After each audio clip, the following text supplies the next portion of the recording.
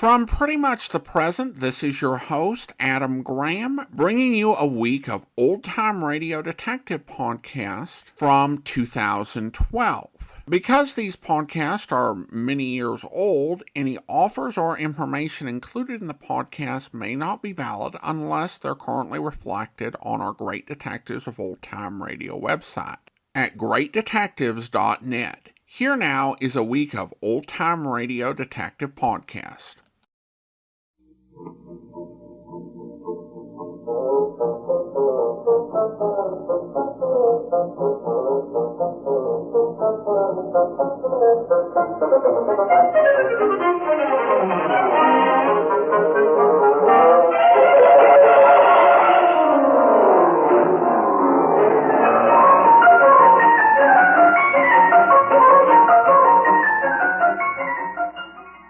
Welcome to the Great Detectives of Old Time Radio. From Boise, Idaho, this is your host, Adam Graham.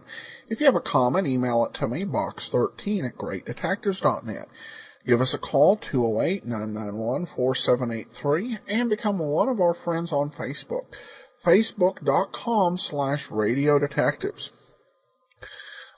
Today's episode is brought to you by the support of our listeners. Thank you so much for all your financial support. It's truly appreciated. Now it's time for today's episode of Barrie Craig Confidential Investigator. This one is called The Sneak Assassin.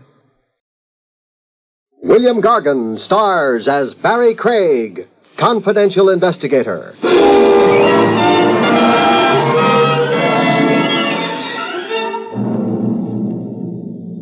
Here a guy called the deep type. It might be more a matter of geography than mentality. How deep is his grave?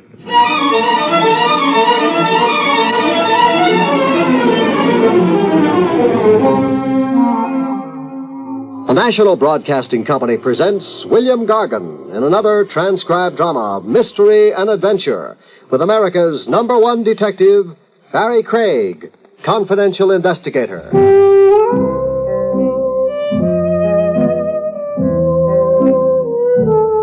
Barrie Craig speaking. Work is where you find it.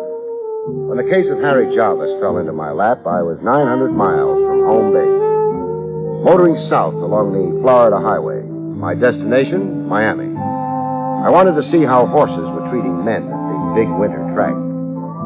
My usual annual stopover, about 100 miles this side of Miami, was a motel. The Happy Traveler Motel, the big neon sign said. A 16-cabin setup complete with hot showers and television, run by two partners, Mo Birch and Harry Jarvis. I knew the two of them way back. They'd run a custom haberdashery in New York once, before going south to change their luck.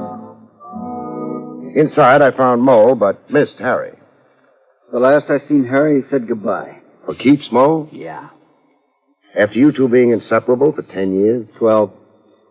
A business partnership's like a marriage. Sooner or later it gets tired, there's a divorce. One way of looking at it. Who saw it first, you or Harry? Harry. You heard the words faithful unto death? Who hasn't? That's me. I'm a sentimental slob, Craig. To change the subject, how's business? You saw my vacancy signs driving in? Yeah. Then tell yourself the answer. Business is lousy. I thought the Happy Traveler Motel was a going concern. It was until Harry demanded his half interest in cash. Oh. The books couldn't liquidate Harry's claim and still balance, huh? Harry put $30,000 in his pocket. There wasn't even enough left to pay the towel and linen service. So where do you go from here? I don't know. You loved Harry. We knew ups and downs. Times were tough, we shared a crust of bread. Times were good, we bought each other diamond stick-pins. Then what's really got you worried about Harry? Last spring, Harry married a cabaret girl, a Kiki Adams, a singer in a roadhouse. I didn't know that. A homely shrimp like Harry, 44 years old, not a hair on his bald head, taking a young cabaret chicken for a wife. 44 is the dangerous age for men, they say. A crack opens in your head. Yeah, and other things, Craig. The people Harry began to go around with, a bop musician, a hornblower with a crazy name, Bigelow Bernie. And the gangster in the silk suit. Gangster in the silk suit? Tony Saxon. They ran him out of New York. They ran him out of Miami. They ran Tony Saxon out of San Francisco, Seattle, Nevada, and Dubuque.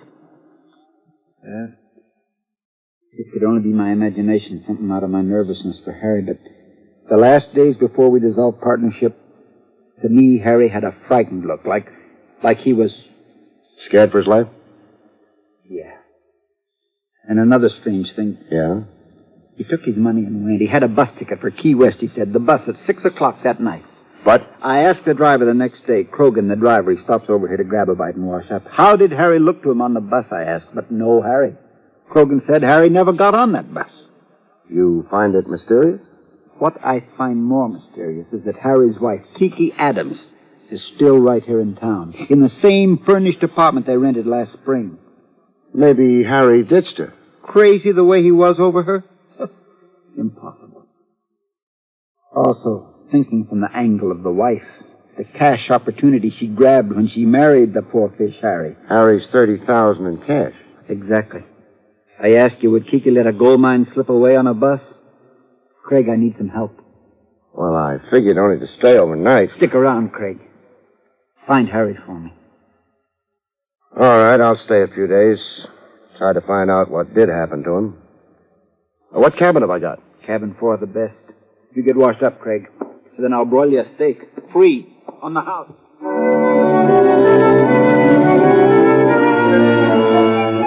2.5 pounds of porterhouse steak later, with my stomach a foot in front of me, I went calling on Kiki Adams. 212 Elm Street. I had directions on me written out by Mo Birch. Drive east across the railroad tracks, then north 1/4 of a mile past the county jail. 1/4 of a mile past the county jail, I stopped. 212 Elm Street was a 2-story frame building sandwiched between an abandoned schoolhouse and a plumbing supply wholesaler. A big front door with isinglass slits on it and a brass knocker. I banged the knocker a little while, and then I tried the doorknob. I made less progress there. The doorknob came off in my hand. A situation like that can become embarrassing. This one did. All right, drop it, Sam. It? The doorknob, Sam. I saw you cop it. You misjudge me, friend. I'm on the steps there beating my feet. I got a cold eye on you, Sam. You're low down jelly belly to the grass. Jelly belly? Hey, what kind of jive? Bigelow Bernie, Sam, and don't scratch your violin at me. Bigelow Bernie. I've heard about you. You're the bop musician. Hey, man, who's been scatting scandal about Bigelow Bernie? Never mind who's been scatting. Look, I'm a detective. Barrie Craig. I'm here to visit a lady, Mrs. Harry Jarvis. Oh, Kiki, huh? My eye's getting colder, Sam. Where can I find Kiki Adams, Mrs. Harry Jarvis? At the downbeat? The Downbeat? That the club she works in? That is. Thanks. You go back to beating your feet. And while you're mooning over Blue Mama Kiki, keep one fact in mind, huh? Shoot me, Sam. Kiki is supposed to be another man's wife. Put that in your horn and blow it, music man.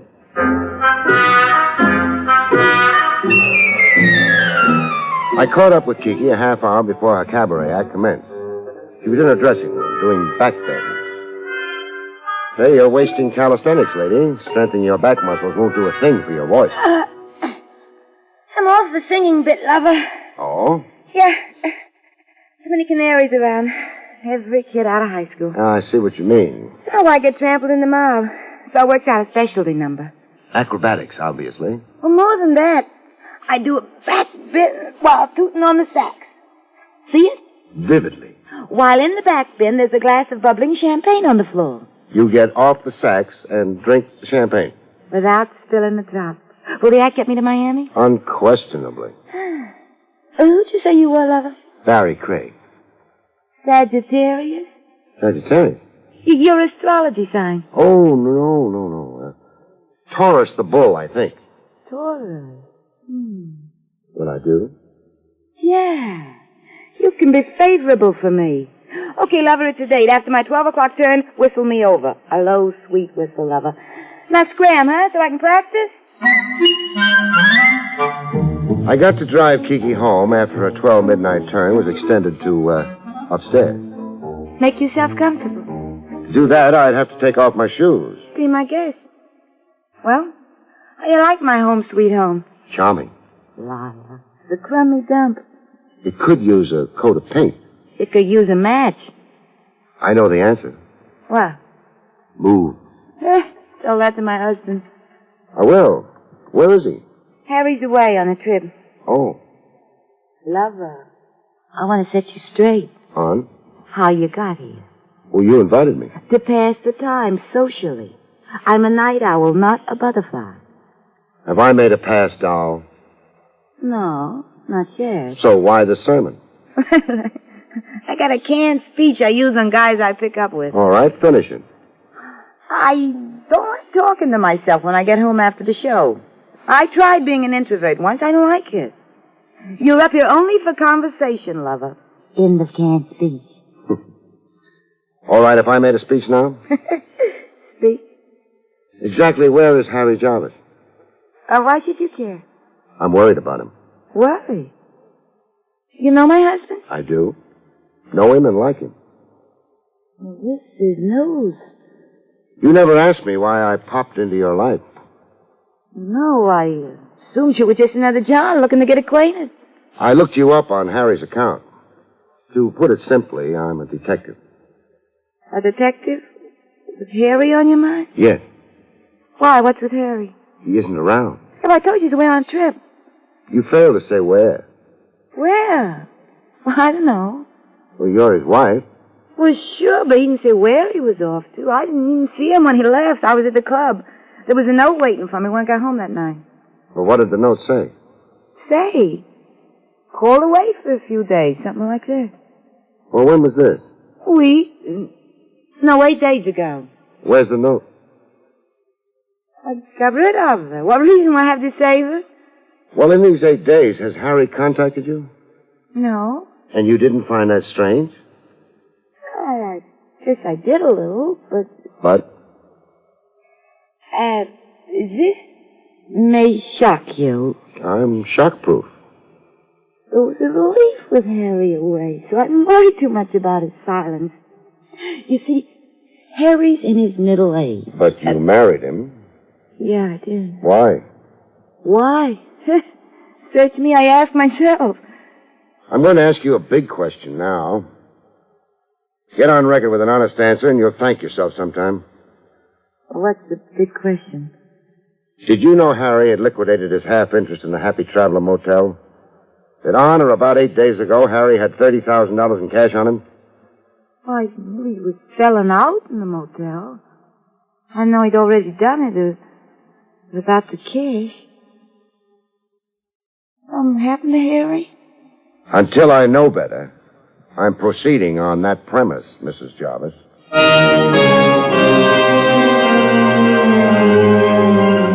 I left Kiki to waste her fragrance on the four walls of the flat. Downstairs, I ran into a familiar figure. Back sitting on the next-door schoolhouse steps, busy, quote, beating his time, the bop musician, Bigelow Bertie. You're real low-down jelly-belly to the grass, Sam. I don't rate the cold eye, Bernie. I did nothing but converse with Kiki upstairs. It's still you and her husband in the field. I mean, if Passion Flower upstairs still has a husband. What's your thought about that, Bernie? Harry will be home. Then, why do you sit outside here beating your time and mooning over Kiki? Another man's wife, and no chance for yourself, you can see. I got an answer for you, Sam. I'm dying to hear it. You see up there where I'm pointing? That flat under Kiki's? Yeah? I live there, Sam. I'm beating my time down here because I live up there. Bernie. Yes, Sam. What if it turns out Harry Jarvis is never coming home to Kiki? He left her? Could be, no? Oh, never. Okay, so Kiki's one dish a man doesn't walk out on. But suppose Harry doesn't ever come home for a wholly different reason. Man, only one reason would keep Harry from coming home. Okay, anticipate me. Go ahead. He'd have to be dead, Sam. Real gone. Sam, is that what you mean by Harry not coming home? That's exactly what I mean. That Harry's dead? Dead. With you out in front now in the grab for Blue Mama. You hitting around and maybe I killed Harry? I'm asking you, would you kill Harry Jarvis? No, N.O., man. Then finger somebody for me. Somebody who would kill Harry. Hey, you were supposing before, now you're not. I've given up supposing. Come, Bernie, help the law and you help yourself. Well, man, if Harry is dead, there's only one man I know Who is this man? who's sporting a silk suit. Tony Saxon? Man, Tony Saxon. Why would Saxon want to kill Harry Jarvis? Money, Sam. Harry was into Tony Saxon for money. Gambling debts? Tony Saxon is a gambler. Where do I find Saxon in this town? 3 acres, that's the Fieldstone house on Chestnut and Raleigh. Harry is dead, huh? That's my morbid surmise. Say, all right for me to go comfort the widow? I'd say it's more decent to wait until the corpse confirms that fact. You know, I'm glad I had this talk with you, Sam. No more feeling low down, jelly belly the grass, huh? Oh, no, I'm high in the stars, Sam, on a happiness jag. You sure go for Kiki. Oh, she's under my skin, Sam, under my quivering skin. Blue Mama Bigelow Bernie's blowing a high note tonight.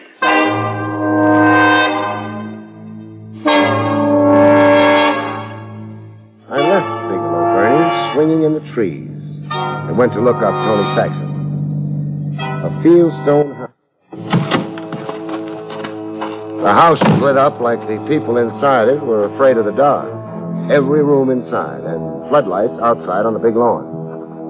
To get in, you had to pass through a fence, what looked like an electric fence, to keep prowlers and police at bay.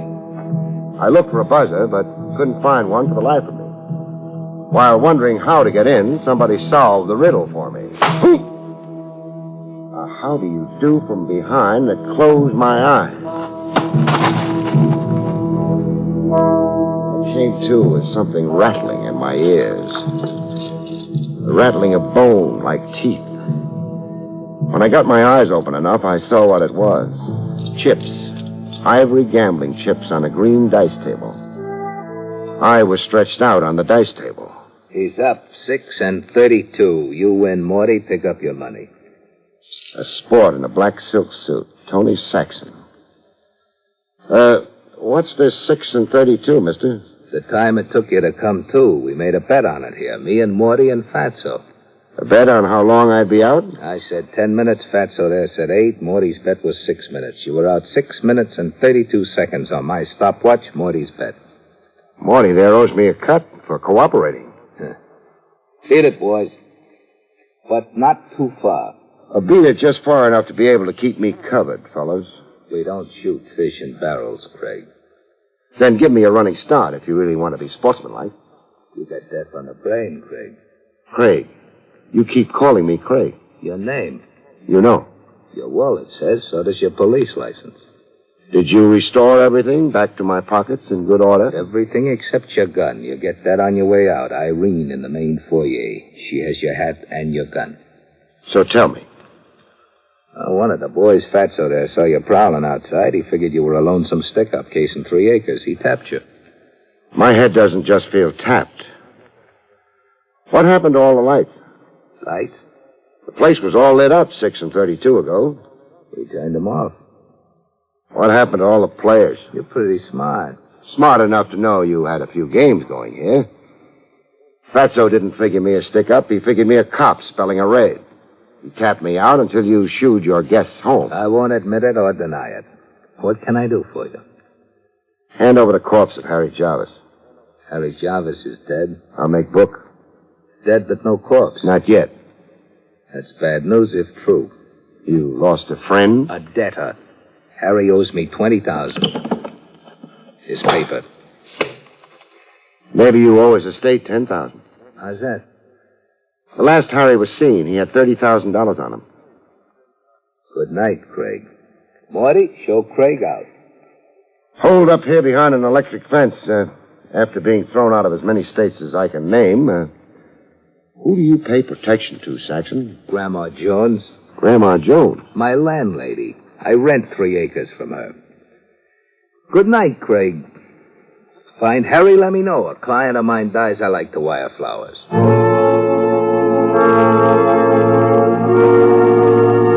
Outside Saxon's fortress wall, I found fresh company. A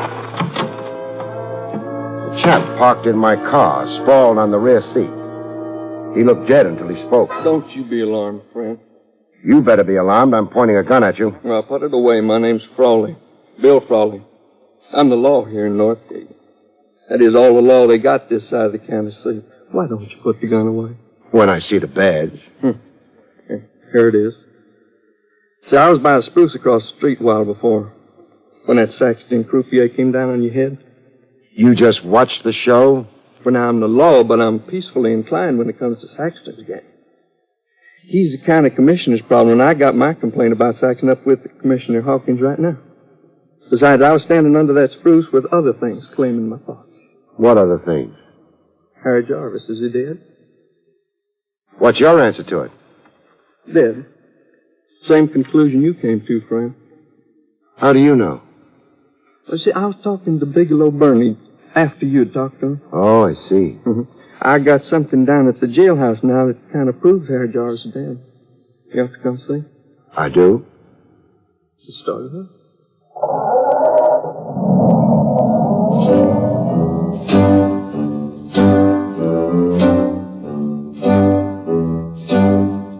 The Northgate jailhouse was a clapboard frame shack a March wind could blow off its foundation. It had an office and a cell that could accommodate 2 overnight guests. At the moment, the room was a single. 1 prisoner, fast asleep on a cot. He's what I brought you to see, Craig. The prisoner? Him. Looks like a hobo. That's the trade he claims. Says his name's Dusty Ames. What does he do besides sleep? Loves to cuss you out. He hadn't ate now for 3 days. Turned down chicken yesterday and today. How come? Hunger strike. He wants his constitutional rights. Those being? Freedom. Freedom. Put him back on the road, he said. 3 days, you said. What do you do here in Northgate? Throw away the keys? Well, I'm waiting for the wagon to come take him to the county seat now. He'll get his hearing there. How does he connect with Harry Jarvis? I see the clothes on him? Yeah. The striped and blue suit? Those yellow shoes? Well, who can miss them? I know the suit and yellow shoes like they're my own. Harry's clothes. This Dusty Ames was wearing Harry Jarvis's clothes when I picked him up over on Route 9.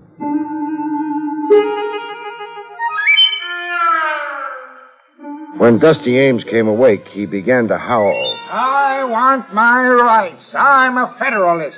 President McKinley will hear about this. He does. You have a miracle on your hands.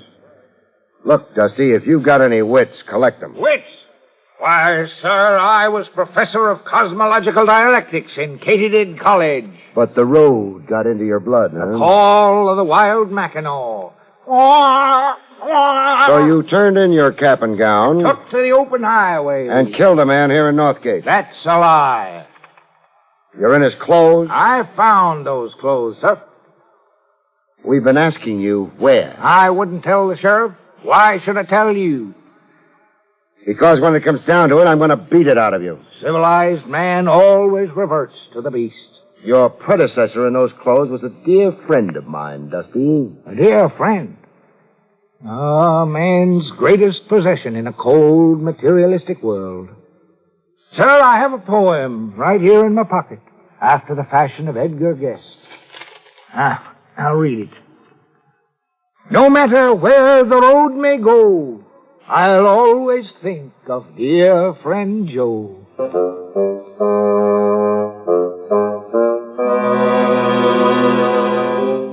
The bullfinch of the open road finally showed us where he'd found himself a new wardrobe. A tree hollow in the piney woods. The clothes were right in there, sir. Wrapped in tar paper set to burn. See the cinders? Yeah, I see them. I had a time brushing soot off the bundle. Clothes smelled of smoke when I put them on. Some clothes have been burned. I find bits of charred fabric. And these, Sheriff. Shirt buttons. Yeah, some clothes had burned, and something stifled the fire. Wind, maybe. Or the fire simply choked. Too much stuff on it, smothering it.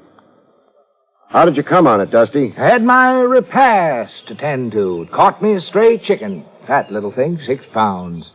Looked around for a tree hollow to cook my supper. When you changed into the new clothes, what did you do with your own rags? Hung them to a tree. What for? As a sign that Dusty Ames had come through. A sign that there was stray chickens in these parts. A sign for other hobos. Live and let live. Craig. Sheriff? Harry Jarvis is buried here in Piney Forest. Yeah, looks like. How big is Piney Forest? Bigger than Northgate Township. Close to 400 acres. Meaning we'd need a regiment to unearth the body here. It needs more manpower than Northgate's got. We could appeal to the state governor for National Guard. No. We may not need to. Not need to turn up the body of Harry Jarvis? The time and labor and agony. We might be able to avoid all that. How's that? See if we can get the murderer to find the body for us. Now, that'd be a trick. Trick is exactly what I have in mind. Yeah. We'll try to make a trick do for manpower, Sheriff.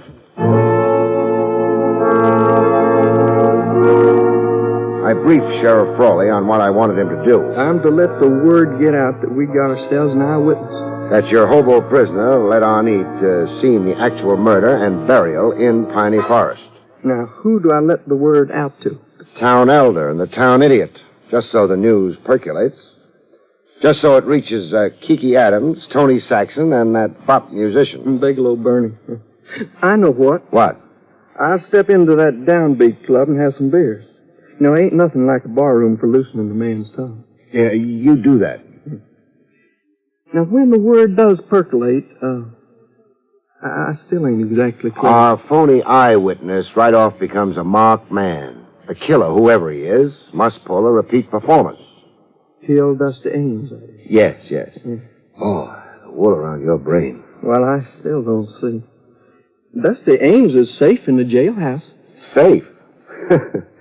A 9-year-old boy can get into your jailhouse, Sheriff. Just provide him with a dime can opener. Besides, you won't make it tough for the killer to get in. I won't? No. Front door unlatched. Just the cell door closed. With Dusty Ames a sitting duck in a cage. The easiest target in the world. A dream pigeon. Now get on it, Sheriff. Sometimes it plays exactly according to script. Sometimes it doesn't. This time it did. I could hear the village chimes when the silhouette appeared at the jail window. Head and shoulders and face with no identity to it in the pitch dark. I was in the office under the desk. A neat hunk of gymnastics considering my size. It was more than 2 minutes before the killer dared to try the door.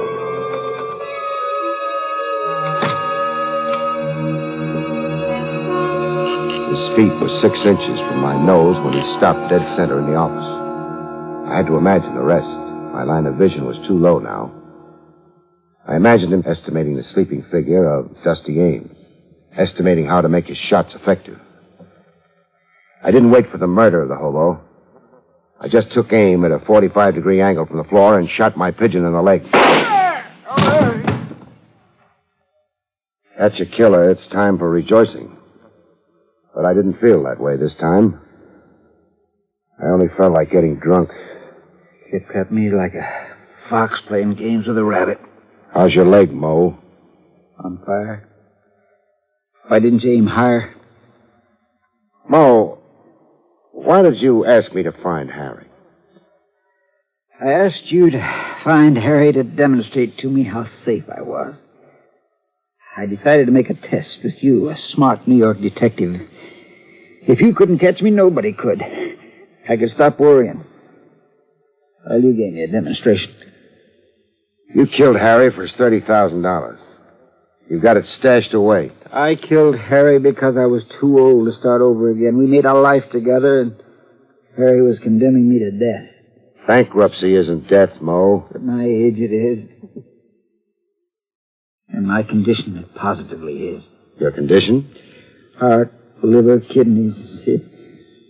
Inside, I'm like a bombed-out Berlin. It was no time for me to start all over being young and ambitious.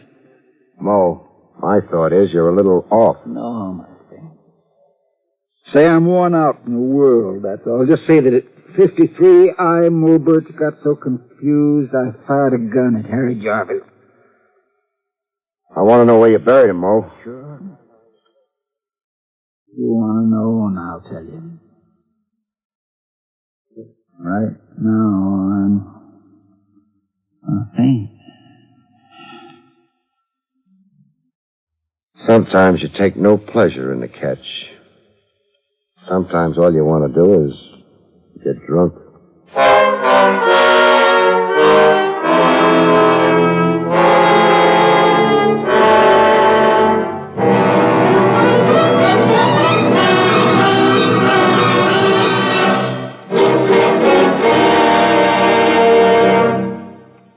have been listening to William Gargan in another exciting transcribed mystery drama from the adventures of Barrie Craig, confidential investigator. Tonight's story, The Sneak Assassin, was written by John Robert. Next week, it's the strange story of Sweet Goddess of Murder, about which Barrie Craig has this to say. In next week's story, Sweet Goddess of Murder, the fur flies thick and homicidally when a lovesick furrier designs a dream jacket for his ever-hating wife. A straitjacket, that would be.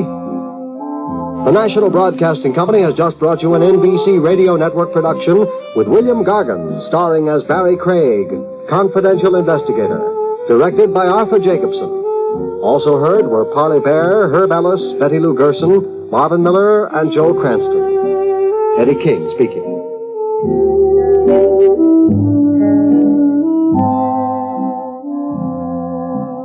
Follow the Abbotts in another exciting mystery tonight on most NBC radio stations.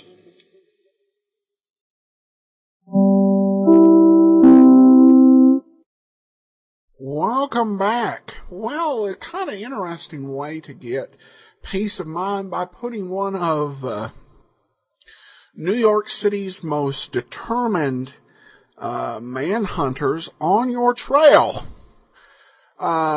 Because, Barrie Craig's not the type of detective to say, you know what, I can't solve this. So, of course, you could argue from a psychological point that the reason he was, that he put Craig on the case was because on some deep psychological level, he wanted to be caught. And that really what was dogging him was his own guilt more than fear of being caught. It's one thing to note here. You heard the ad for the Abbotts, and those who've been listening to the show for a couple of years will remember we did the Abbotts back in first part of 2010. And at this point, it's worth noting that when we're listening to this is from November the 21st of 1954, there wasn't a whole lot going on in terms of the traditional detective shows. You had Barrie Craig and you had the Abbotts, and over on Mutual, you still had Nick Carter running through the 54-55 season. Yours truly, Johnny Dollar, had left the air in September of 54. You did have some additional police shows. You, of course, had Dragnet, and you had 21st Precinct and Gangbusters, as well as the FBI in Peace and War. But you'd just seen a lot of the old-style detective shows seemingly dry up. So this was a pretty rare recording. It was nice to hear them both mentioned. And I mentioned one episode of the Abbotts where the theme to Barrie Craig was actually used as like a background music that was being listened to. All right, well, we do have some listener comments, and we'll go ahead and get started with Tim, who says, I just listened to Barrie Craig, Midsummer Madness on the way into work this morning. It seems that it's missing a bit. At the wedding, Barrie says, stop the wedding. There's a few seconds of dead air. Then Barrie and the blonde are doing the wrap-up. It seems to me there should have been more dialogue at the wedding to tell what Barrie said to the preacher to have him stop the ceremony. Barrie didn't have any hard evidence of wrongdoing that I could see that would have ended the ceremony. I think that we have a case of lost time there. What are your thoughts? As always, keep up the super work. Well, thank you so much. I don't think there's anything missing here. This one case, and it's been a few weeks, but I recall it dealt with a bit of amnesia by the guy getting married. You can say, you can request that the ceremony be stopped, at that point. And if what he was going to reveal was going to make the gentleman in question decide he didn't want to go ahead with the ceremony, then, the preacher couldn't go ahead with the ceremony without the consent of one of the participants. So I doubt that Barrie had anything that would stop the marriage from occurring as far as the preacher was concerned. However, he might as far as the groom was concerned. And really, I don't think there was any chunk of audio missing of any significance. The previous week's show was, the recording that was based off was 29 minutes, 3 seconds. This one was 28 minutes and 54 seconds. So I don't think it's any case of missing time. I think it's more a case of writing. Barrie Craig's adventures are often very full. I think that the writers, they were very good and talented folks. They could have probably done with an hour show. And that may be an episode where they could have squeezed a bit more drama and interest in, but because of the half-hour limits, they had to decide to cut something off from the show. And that may have been a very unfortunate cut, but yeah, I think that was pretty much all it was. Finally, we do have an email from Tommy Tidwell, who writes, I appreciate your efforts at Great Detectives at Dragnet. I listened to your Dragnet podcast when you started Great Detectives. I was one of the first to get downloads via iTunes. A few quick comments. I appreciate your passion and consistency in doing the show. It rubs off on me. And again, I appreciate what you do. As a personal preference, I like Barrie Craig. The latest episode was one of the funniest I've ever listened to. Loved it. I've never liked Let George Do It because there are too many twists at the end of the show, and Bob Bailey's use of Angel gets on my nerve. I guess that's 1 point for his Johnny Dollar performance over Let George Do It. He said, I like the Basil Rathbone and Tom Conway Sherlock Holmes, but I've not been a fan of the latest one. And I continue to be amazed how in every episode as of late, someone is telling someone else to go to blazes. I guess that was the euphemistic way of saying the other, but I'll continue to listen to all the shows. Thanks again for all you do. Well, thank you so much for your comments from Tommy Tidwell in Georgia. I think that with Sherlock Holmes right now, the writers, for whatever reason, we're going with almost a sort of grumpy Holmes-Watson duo. I don't know if it works particularly well, but that's what they've gone through. And some listeners have said, we actually sympathize with it. It'd be very difficult living with a guy who was seemingly always right and just this super genius smarty pants. So there you go. All right. Well, Tommy, thanks so much for your comments, and that will do it for today. We will be back next week with another episode of Barrie Craig, and join us tomorrow for an episode of Poirot. Well, it's time for another episode of Poirot. This episode is brought to you by the financial support of our listeners. Thank you so much for your support. It's truly appreciated. We have about 9 lost episodes between last week's show, The Adventure of the Money Mad Ghoul, and this week's episode. This one comes from November 23rd of 1945, and the title is The Trail Led to Death. Please enjoy.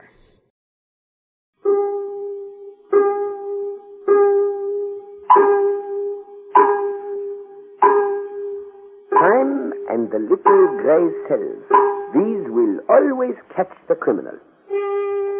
Hercule Poirot, Detective Extraordinary.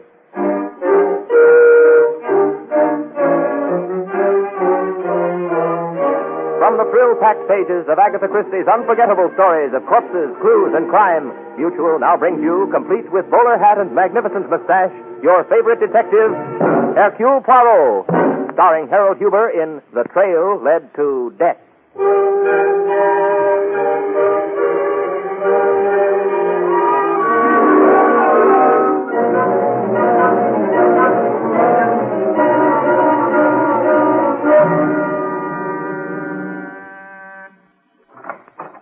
Mr. Poirot, my name is Gorman, Tom Gorman. May I come in? Most certainly, Monsieur Gorman. I'm in a funny spot, Mr. Poirot. I hate clients who start that way myself. But you are a detective, monsieur. Yeah, I'm what you might call a competitor of yours. Gorman Detective Agency. No job too small or too large. You've heard of me? I regret to say, monsieur, I have not. Well, then how did you know I was a detective? Oh, come, monsieur. The significant bulge under your shoulder. A shoulder holster for your gun, n'est-ce pas? And still, nothing furtive about your movements which would mark the criminal. Merely a certain slyness in your manner. Hey, you don't seem to think much of detectives. Being one myself, I am allowed to take liberties, eh? Well, it doesn't matter. I've heard of you, and that's why I'm here, to get a little help. Monsieur Gorman, I think you have made a mistake. My services are not for hire. No, don't get on your high horse. I know how you've been helping Stevens down at Homicide, and I have a proposition here that will interest you. Monsieur, I have found in my experience that propositions such as you speak of do not interest me. Now, wait a minute. I know that compared to you, I'm just a punk. I haven't got your brains and don't figure for a minute that I have. I'm used to dealing with mugs, and it's mugs I know how to handle. But, well, this thing is different. And all I ask is for you to listen to what I have to say. Then you can give me the brush off. You don't like it. That seems reasonable, monsieur. I've been hired to find a girl. Here's a picture. All I've got to go on is this picture, her name, Elizabeth Dorn, and the fact that she's a nurse. This picture seems to be quite a few years old, monsieur. You can say that again. That's just one of the things that makes it so tough. The people who want this gal located haven't seen her in 15 years, but they're sure anxious to find her now. $10,000 worth anxious. And that's why I came to you. Pardon. I do not understand. Look, this is big-time stuff. Ordinarily, I'd never get a look in on a case like this. But for some reason, I can't figure out these people came to me. I know when I'm licked. I tried every angle I could to find this dame. I figured that if she was 30 when this picture was taken, she'd be about 45 now. But I'm licked, and I admit it. But I don't want to give up that $10,000. And you want me to find this Mademoiselle Dorn, eh? I figured you might help me. I'd split the fee with you. I am sorry, monsieur, but it is out of the question. You mean you won't? Exactly. But, Monsieur Gorman, I wish you luck, and here is one bit of advice. What? You might ask yourself why these people who have not seen Mademoiselle for 15 years are suddenly so anxious to locate her. Who cares? $10,000 is $10,000. And sometimes, monsieur, $10,000 has upon it the smell of the grave.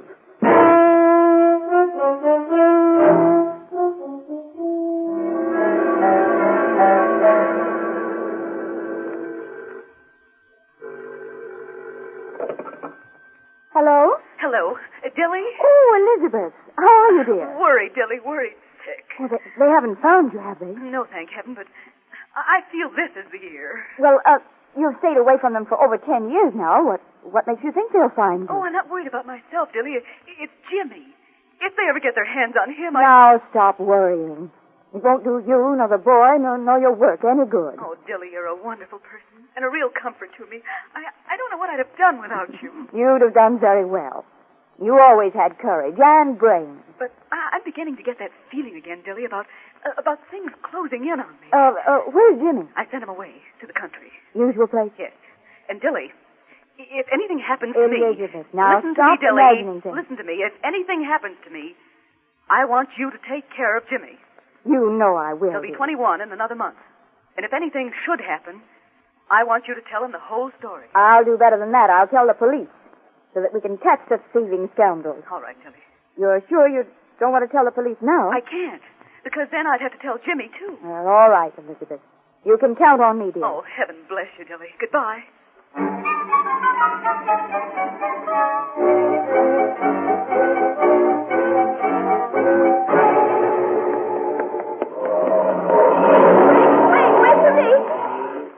Oh, darn. Now I'll have to wait 20 minutes for the next bus. Good evening. I said good evening. Look, I'm not trying to pick you up. I just want to know your name. Come here, you fool. I just want to ask you a few questions. Let go of me. Let go of me. I'll scream. Help! Help! Now listen. Is your name Dawn? Is it? If I let you go, will you answer me? Just shake your head, yes or no. No, my name isn't Dawn. And I'm going to call the police. Help! Police! Help!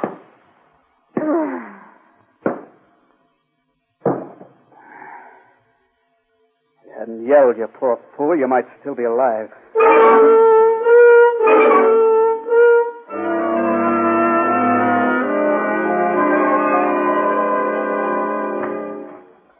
Good morning, Monsieur Stevens. Well, you are indeed a faithful public servant. Whenever I come to your office, I find you working diligently at your desk, eh? Well, being the head of the homicide department in this town is no joke, Poirot. But today I can relax. Things have been pretty quiet around here lately. Around here, perhaps. But what about the borough of Queens? Was it not there that a nurse by the name of Molly Ward was killed last night? Yeah. Too bad, but that's just a routine job. Looks like a mugging to me. I've got Collins on it. Do you have a picture of this Mademoiselle Ward? Sure. Here's the police picture taken out there. Her face is badly battered. Well, that's what you'd expect when she's been belted over the head with a blackjack. Yes, mon ami. But why should a poor, unimportant nurse by the name of Mademoiselle Molly Ward be selected for being hit over the head, and in such a lonely section of the city? She wasn't selected, Poirot. Some guy was waiting around and tried to mug her and take her purse. She put up a fight and buffo. Perhaps. Dis donc, what do you know of a private detective named Tom Gorman? Gorman Detective Agency. No job too large or too small. Tom's a small-time operator. He'll chisel a little, but nothing serious. Hey, wait a minute, Poirot. You know something I don't. How is this Gorman hooked up with a nurse mugging? I don't know that he is, mon vieux, but he came to me yesterday with a... Police headquarters, Stephen speaking. What? Where? I'll be right over. Come on, Poirot. Another nurse has just been knocked off. Right in General Hospital.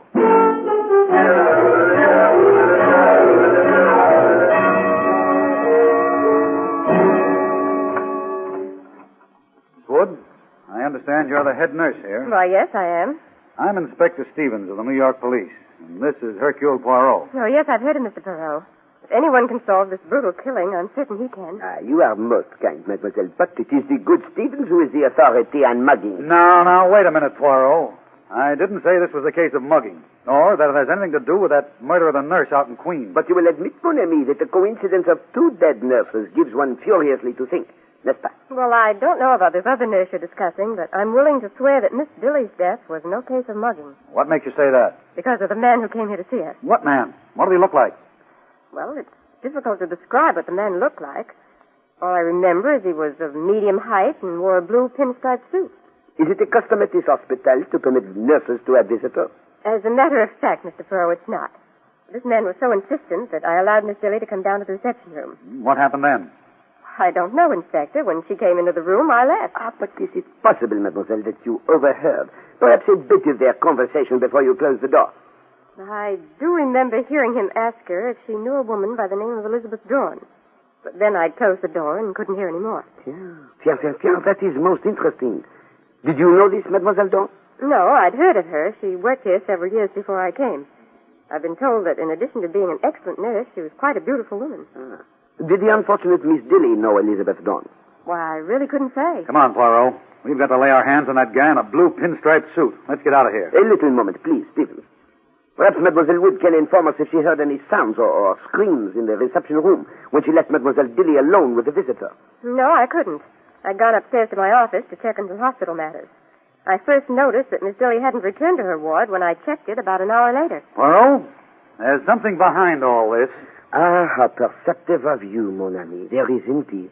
But as yet it is only a, formless shadow. Perhaps a visit to the Gorman Detective Agency will help us to fill in an outline.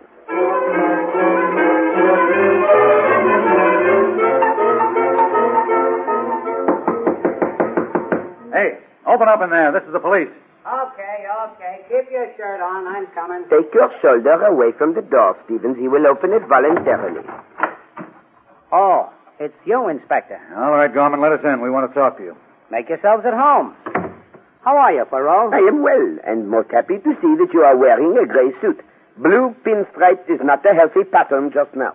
What's on your mind, Inspector? Murder, Gorman. Look, I'm a detective, but I don't go out and make my own crimes.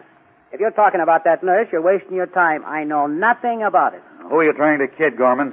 2 nurses have been killed. What? Both by the same method, and you stand there and try to tell me, as far as you're concerned, it's all brand new. 2 of them. Inspector Stevens has the proper score, Monsieur Gorman. We have just come from the hospital. A nurse by the name of Mademoiselle Dilly was killed there by a man who inquired for Elizabeth Dawn. Hey, Poirot, look at this. Hey, give me that. Oh, not so fast, Gorman. What do you make of it, Poirot? Perhaps my colleague can explain to us why the name of Sheila Dilly appears on his calendar pad. I was going to try and see her tonight. You know, I'm trying to find this Dawn woman, and I got a tip that Dilly might know her whereabouts. That's a good one. Come on, Poirot. Let's take him down to headquarters. He'll talk there. Now, wait a minute, Stevens. I'm on the level. All I'm trying to do is find Elizabeth Dawn for my clients. One of the few clues I have is that she came from Montana, having spent several years there. This Dilly woman also hails from there. Then it is merely coincidence that her name appears on your calendar, Monsieur Gorman. Of course, Poirot. I'm getting 10,000 for finding this dame, but if I smelled murder anywhere in the deal, I'd drop it like a shot. I have not accused you of these murders. But you have some information, and you would be most wise to give it to me. Wow, Mr. Poirot. It seems as our interview yesterday is back for a return engagement. Only this time, you're a little more interested in what I have to say. I can only repeat what I said then, Monsieur Gorman. My services are not for hire, but I dislike murder. You and Stevens are barking up the wrong tree. What makes you think these two killings are connected with what I'm working on? Oh, come. Is it not apparent to you that other people are interested in the whereabouts of Mademoiselle Dawn? Also, it seems that these people have not your scruples about murder. Sorry, Mr. Poirot, but I can't go along with it that these other guys are connected with my client. But the little gray cells, Monsieur Gorman, they tell me you are making a bad mistake. Well, they don't talk to me, but the 10,000 does. Did your client tell you why he is seeking this Dawn woman? Yeah. He told me that she nursed a sister of his back to health in Montana, and he wants to reward her now. And you believe his story? Not a word of it. But I'm going on the theory that his money's not counterfeit. Now, look here, Gorman. I don't believe you're innocent about these two killings. I got a good mind to lock you up. I told you I know nothing about them. Last night I was up all night in the card game, and I can prove it. As for this dilly rap, I don't have a blue pinstripe suit, and you can see that for yourself. Then you will not tell us the name of your client. Not a chance. I gave my word. I'll tell you what I'll do, Mr. Poirot. Give me 24 hours. If I find that my client hired those guys to knock off those two nurses, I'll turn them into you. Very well, Monsieur Gorman. You have made your own bargain. I hope it will be to your advantage.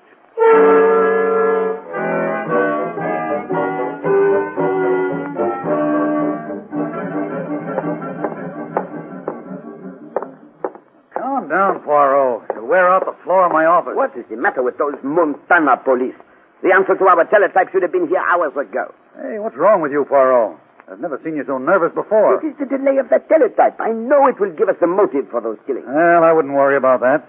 Even if those Montana cops don't send through your message, Gorman's bound to show up here tonight and give us the lead on the murderers. Sacre bleu, Stevens, never have you been so naive. You do not mean to tell me that you trust Monsieur Gorman. Well, frankly, Poirot, I've been working on another theory. And you have been keeping it a secret from me, monsieur? But why? Well, I didn't have it all worked out. But the way I figure it is, a maniac's been responsible for these killings, and unless I miss my guess, we're in for a mess of nurses' deaths. A maniac? Tell me, Stevens, how do you arrive at this startling conclusion? Oh, it's simple.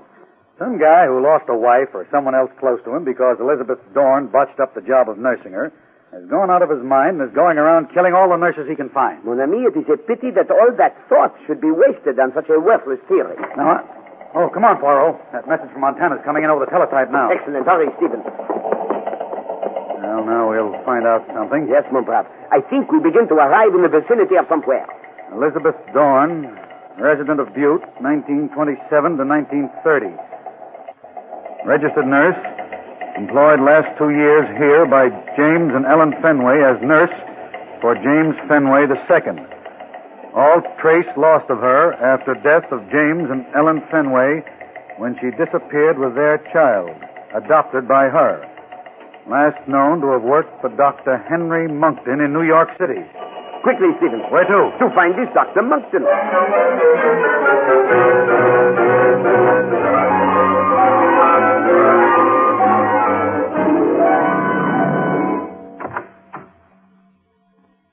Yes, gentlemen, I understand you're from the police. What can I do for you? Forgive this intrusion, Dr. Monkton, but we would like some information upon a nurse whom you employed some years ago.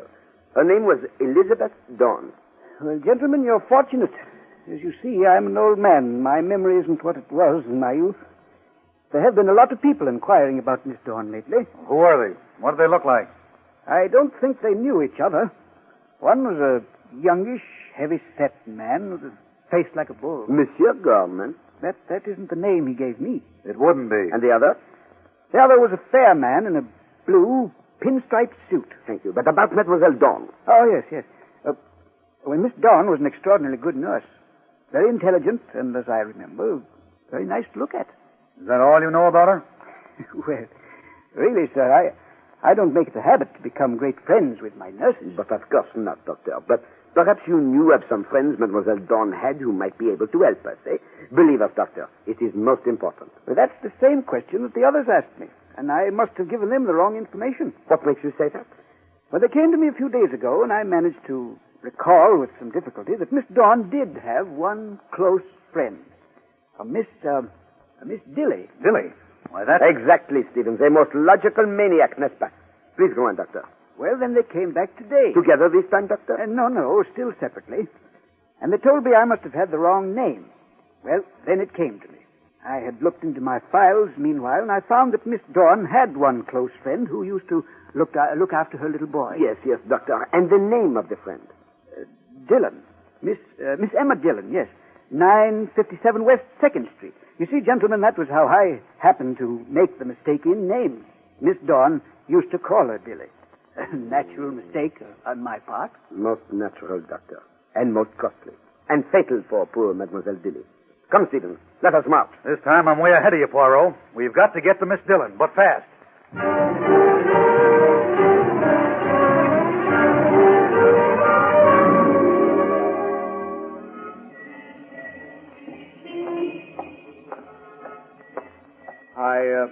I beg your pardon. You're Miss Dillon, aren't you? Oh, why, yes. I didn't mean to frighten you. I just want to talk to you about a nursing assignment. Oh. My name is Arnold Smith. Oh, of course, Mr. Smith. If you'll come upstairs, I'll be happy to discuss it with you. Yes. Very kind of you to see me like this. I need your help pretty badly. Well, it's difficult for a nurse to keep office hours. Must be tough to have to climb stairs like these every day. Hmm? Oh, I really don't mind. I'm rather used to it.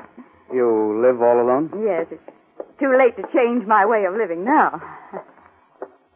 Well, here we are.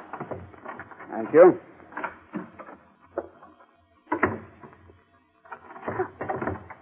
Why are you locking the door? Now, don't you be alarmed.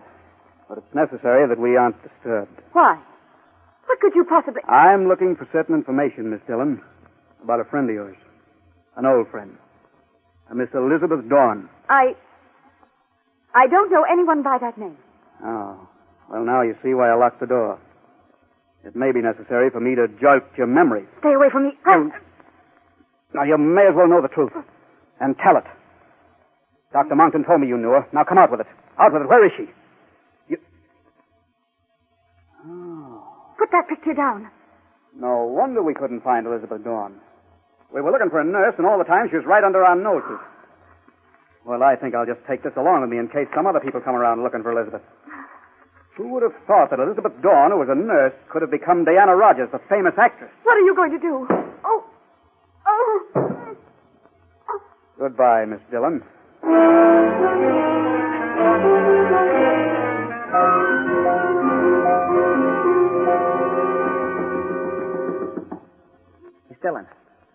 Miss Dillon, open the door. Miss Dillon, are you all right?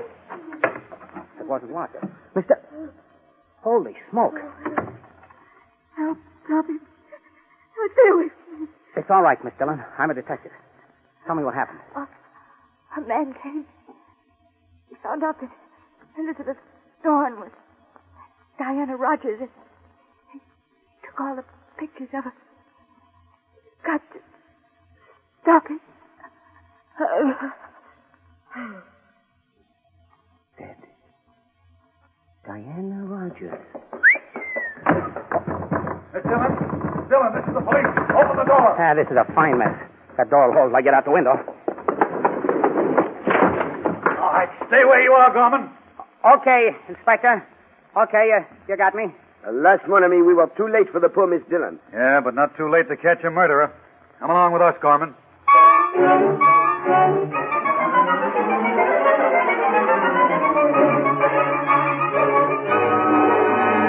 I tell you, I didn't do it, Inspector. I didn't do it. Now, that line has whiskers on it. You're guilty, and don't try to deny it. Look, Mr. Poirot, you know I didn't knock off that nurse. Don't pay any attention to him, Poirot. This case is all wrapped up. Pardon, mon ami, but is it not significant to you that Monsieur Gorman did not have the murder weapon on his person? What's that got to do with it? I rush into a room, find an old dame with her head bashed in, and a guy hustling out through a window. That's all the proof I need. There is another fact to be considered, Stevens. Monsieur Gorman is not psychologically capable of committing murder. Sorry, Poirot, but I don't agree with you. One little moment, Monsieur, but I should like to ask Monsieur Gorman a question. Yeah, go ahead. Last night you said you would tell us the name of your client if you discovered him to be a murderer. If you are not guilty, then is it not obvious that your employer is? Keep going. There is not much further I can go unless you tell me his name. I've changed my mind. Why, he's a Welcher in the bargain, Poirot. Monsieur, you are making a grave mistake. You still refuse to tell us the name of your client. That's right. Then you must know where Mademoiselle Dawn is. You're crazy. Not at all, monsieur. You merely believe you will make better use of your information than we. But come, monsieur, a bargain, eh? If you will tell me where Mademoiselle Dawn is, I will tell you why your employer is so anxious to get in touch with her. How do you know that, Poirot? From spending some time with the newspaper files of Butte, Montana, printed 15 years ago. Okay, that's a deal. Eh bien, 15 years ago, James and Ellen Fenway died in a train accident. Their estate, which consisted of 4 of the largest silver mines in the West, was left to their only heir, James Fenway II.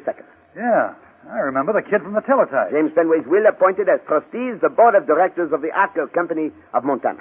Hey, I think I'm beginning to get it. But the most important thing is that the child was not to receive his ownership of the mines until he reached his 21st birthday. Some birthday present. And from the teletype Inspector Stevens and I received, it is apparent that someone of influence on the Hercule Company board is looking for Mademoiselle Dawn. Sure, I've got the whole picture. They don't want the kid to inherit the mines, so they're trying to find him and bump him off. Alas, that is the unhappy situation. Now, Monsieur Gorman, where is Mademoiselle Dawn? Okay, I'll pay off on my end of the deal. She's over in Jersey with the Fenway kid. Here, I'll write down the address for you. Do not take such needless pains. You are lying. I'm only trying to tell you where the darn dame is. All the facts show you are wrong. She is here in New York. Let him go, Poirot. We don't need him anymore. You cannot release him, mon ami. He would not be safe the moment he leaves here. Why, you dirty double-crosser. Monsieur, it is you who has given the cross double by lying to me. And you're also not clever enough to realize that to know the whereabouts of Mademoiselle Dawn is fatal. Okay, but what do we do next, Poirot? We go back to the Dillon apartment, Stevens, and use the little gray cells. It is there that we must find the clue leading to Mademoiselle Dawn.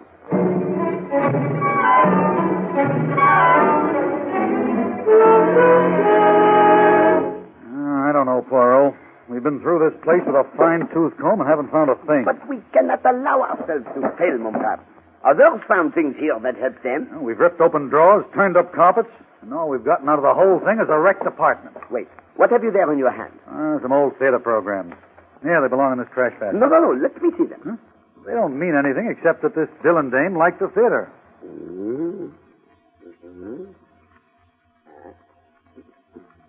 This gives one furiously to think. What are you looking at? Pictures? No, mon ami. I have found a most amazing coincidence in all these programs. Regard. What's that? It seems that there is one name which appears in every one of them. So what? Miss Dillon was a fan of someone. That happens all the time. But the first program is 10 years old, and it shows an actress named Diana Rogers playing a most insignificant role. Then, look at this next one, 7 months later. And this one, 2 years after that. In each play, she acted a role of increasing importance. And this last play, Day of Victory, now she is the star. I still don't get... Mon Dieu, that is it, Stevens. You recall how everyone told us that Mademoiselle Dawn was beautiful? Yeah, but what's that? Well, we have found her. Elizabeth Dawn is Diana Rogers. Holy catfish. I know where she is. That play you mentioned is still on Broadway. Quickly, Stevens, or we will be too late to stop a return performance of murder.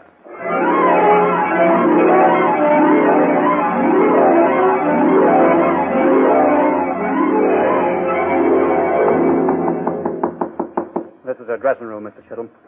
Open up, Elizabeth. This is Michael Chisholm. Come on, let us in. It's been a long time, Elizabeth. What do you want, Mr. Chisholm? You know what we want. We want to know where the boy is.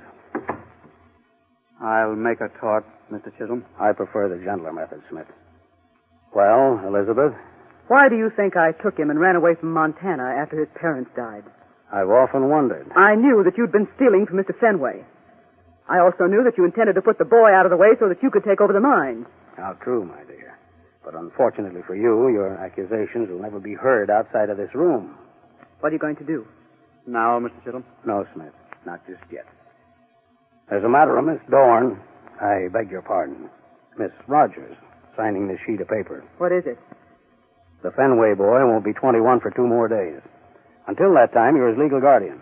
This paper, signed by you, will transfer his shares in the silver mines to me and my company. Now, here's a check for $50,000. $50,000? Why, it's worth $5 million. Let's not be mercenary. Now, unless you take this, I'll turn you over to Mr. Smith here. He's already killed 3 women. A few more won't really matter. I won't do it. Well, there are ways of making you do it. You're hurting me. All right, put up your hands. This would be most advisable, monsieur. And 1,000 thanks for the confession. Smith, you blundering idiot. You said we were safe. Ah, but you must permit your employee at least one miscalculation. It is only human. Gentlemen, I don't know how to thank you. Well, now, that's all right. There is one way you can thank us, mademoiselle. What is that? By allowing us to sit in your theater and watch you give your finest performance.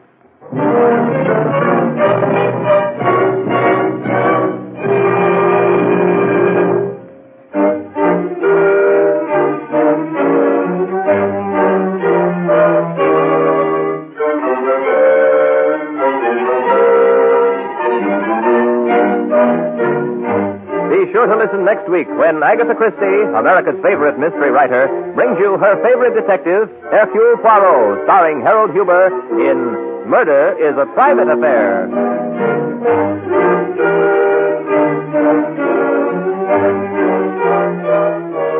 Music for Hercule Poirot is composed and conducted by Sylvan Levin. The program is directed by Carl Eastman. This is the Mutual Broadcasting System.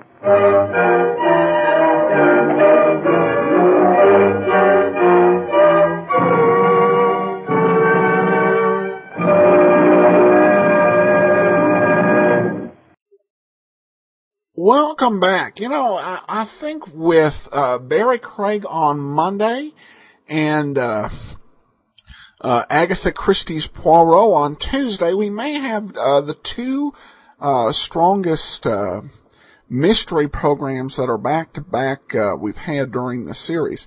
This one just really fascinating to see how the writers managed to get Poirot to work. I'm going to miss this series once it's done.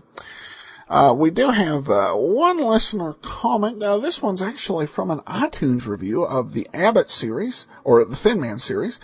A well-done show. A nice change to have a couple solving cases together. Wish there were more shows available. I definitely share that feeling about the Thin Man series, and also about couples detective shows.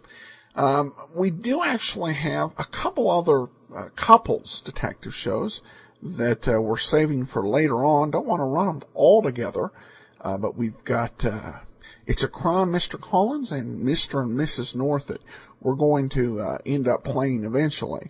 And and plus we've got a few mystery specials with couple duos, which I think you will enjoy. But we spread them out across the whole series so we don't use them all up. All right. Well, thanks so much for all your comments. They're greatly appreciated.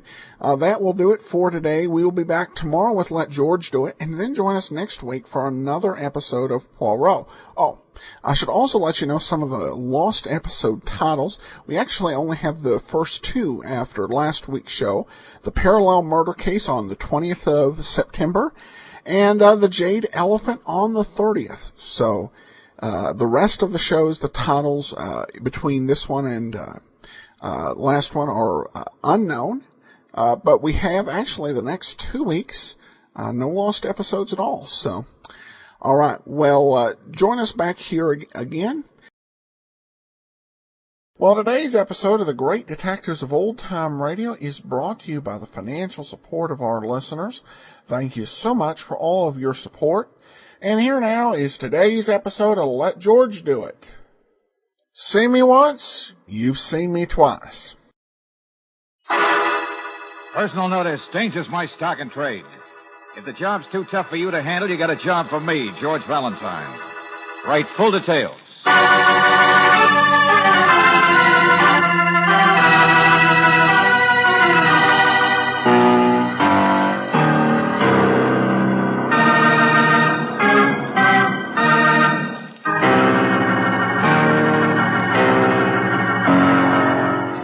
Standard Oil Company of California, on behalf of independent Chevron gas stations and standard stations throughout the West, invites you to Let George Do It.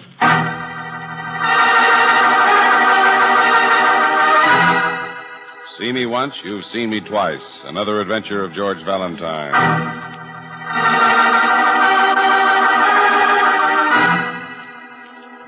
Dear Mr. Valentine, my name is Wallace, and I have just met a girl named Lucy Lamoureux. Isn't that the most musical thing you ever heard? I tell you, I could spend hours just saying it. Lucy, Lamoureux. And I could spend pages just telling you about Lucy, Mr. Valentine, only I figure there's enough competition as it is. In fact, there's too much. And that's what I want to see you about, because it's mighty perplexing. You see, Lucy told me there wasn't anyone, steady, I mean, and she's not the sort to go telling fibs. Only then, who, Mr. Valentine, is the man who just told me to stay away from Lucy? Or he'd kill me?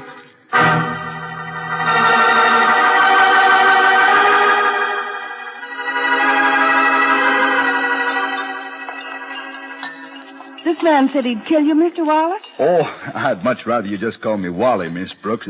Here, sit down. Won't you have a soda or something? This man, he said... Oh, yes, just came right out and said it. And Mr. Valentine, at first I thought he must be Lucy's father, only when I noticed he was well preserved, I thought he was more likely a brother.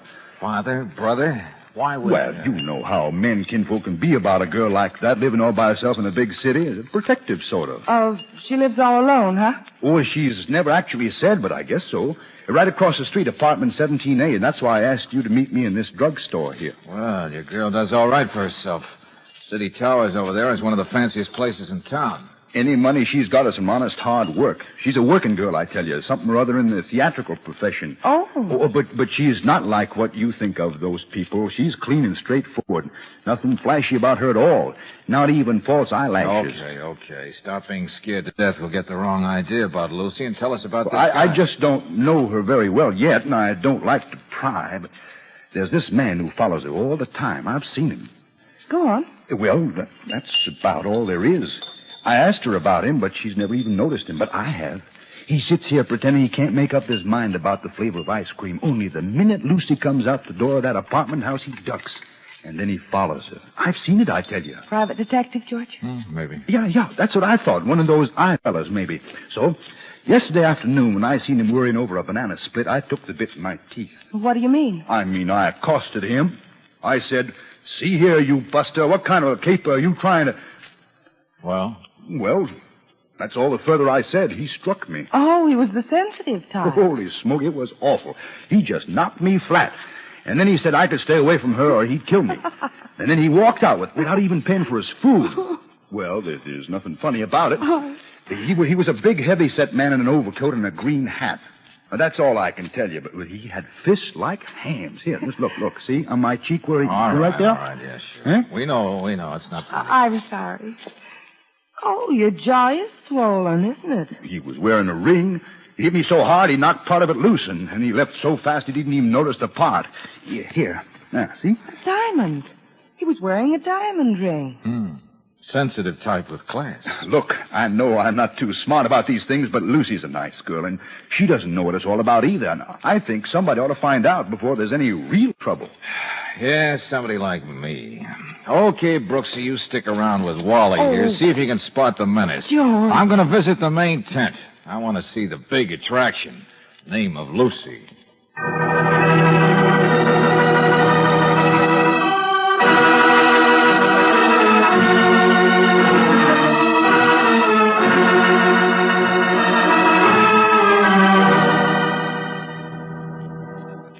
What are you leaning on the bell for? You tired or something?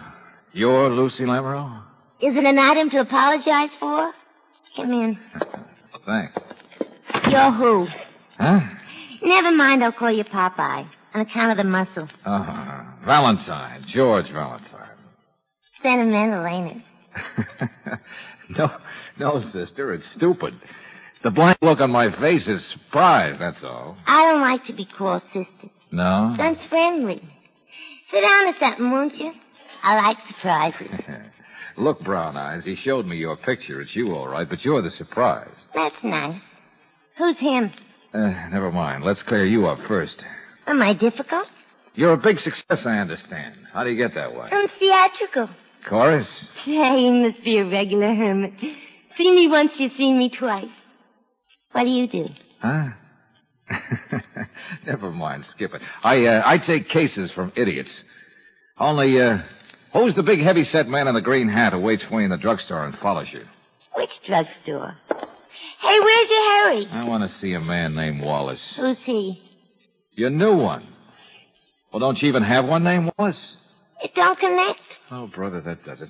Bye-bye, Lucy. I don't see we've achieved much. Come again more often or something.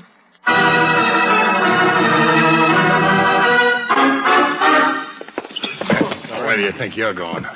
Well, into the elevator, friend. Keep your powder dry. No, you're not. Oh? What's the matter? I mess up your overcoat? I want to talk. All right, then. Don't wave your hands. One of the stones has gone out of your ring. It doesn't look pretty. Shut up. All right. Go on, talk. What have you been doing with her? What are you up to? What's the big idea of taking... slow down, Buster. Get your hands off of me, and you stay away from her. If you're the one that's been taking her out, the one she's been meeting, I'll kill you. You hear me? I'll kill you. Cut it out. I'll show you to stay away from me. Wait out. No, you don't get no drugs to a push. Oh, brother. What kind of a three-ring circus is this? Sleep tight, Buster. I've got a return engagement with your girl.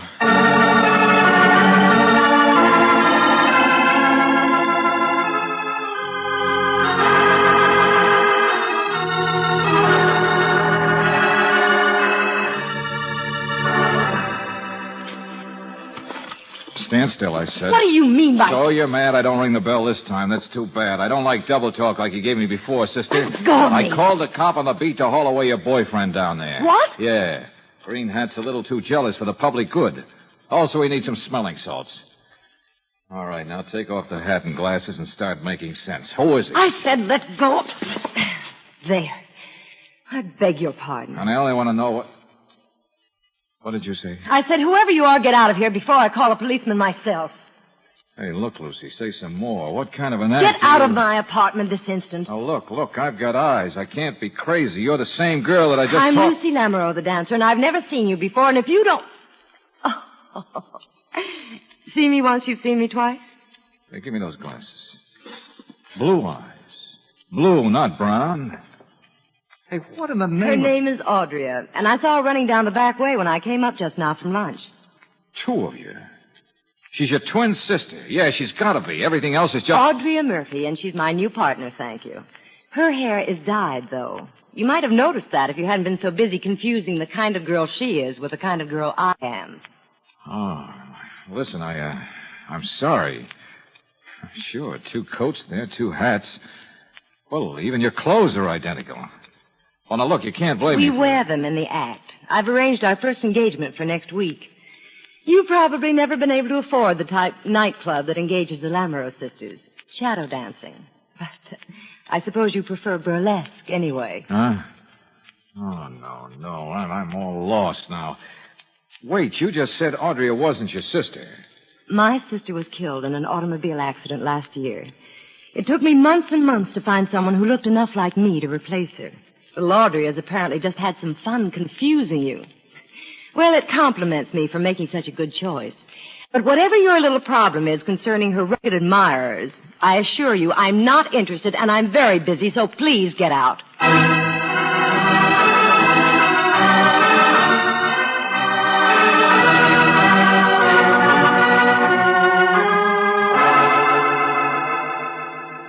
Now, just a minute, Miss Lamoureux. That guy in the overcoat, the one Mr. Valentine here slugged, is a pretty important man. His name's Muscat, Lefty Muscat, and he's got a record... Officer, for the last time, it's none of my business. Miss Murphy's personal life is her own, so you can just wait till she gets back. Hold it, please. I told you what this boy Wallace said Wallace is a very nice boy, but a little too nosy, don't you think, Mr. Valentine? He says Lefty Muscat's been following you, not Audrey. Nonsense. Why would he? That's what I said to Wallace, unless this Muscat person is colorblind where eyes are concerned. Anyway, I certainly don't sway the way Audrey does when I walk. Couldn't possibly confuse us. Unless Audrey wanted Lefty to be confused. What's that? Muscat's in the confidence game. Blackmail, shakedown. Really, I'm the one who's confused by this time. Look, your officer friend here says he's known you for years. You and your sister made a pile of dough in the past. Well? All I'm trying to tell you, Miss Lamoureux, is I've never liked that Audrey since the first time I saw her up here a week ago. And now, when Mr. Valentine gave me Lefty Muscat, it gave me something to go on. So I checked the records fast. Muscat's been seen with a dumb blonde several times the last year, and her name's Audrey. She helps in his payoffs. Well, I still don't understand how that concerns me. Don't you? She's crooked, too. You've got a lot of dough. She's worked her way in to be your new partner. Oh, no, this is ridiculous. I know she seems pretty dumb, but just She's dumb like a fox, I tell you. Muscat used her as a go-between when he couldn't show himself. Look, Lucy, please. Big, successful dancer hires unknown partner. Don't you think you ought to be a little bit interested in her personal life? I'm giving her a good job. What does she want? That's what your Mason-Dixon boyfriend wants me to find out, I guess. Why? What's up? What's the reason for all Muscat's jealousy? What kind of danger are you in? Oh, nonsense. I'm not in any... Well, what should I do? All right, help me check back. Where'd you first hear of Audrey? How'd you happen to give her the job of partner? Because she looks so much like me that... Oh, I see what you mean. There was an agent, I think, called me just 2 or 3 weeks ago. I'd never dealt with him before, but... Here, Franz Kling. He called me and arranged an appointment for her. Let me see that. Franz Kling, theatrical bookings, carnival, nightclub specialty acts. Kling's clusters of talent. He called and she came. But Audrey... It just doesn't make sense to me that she could be up to anything besides winking at men. Sure. She's got clusters of talent herself. Come on, lady. Let's go see Kling.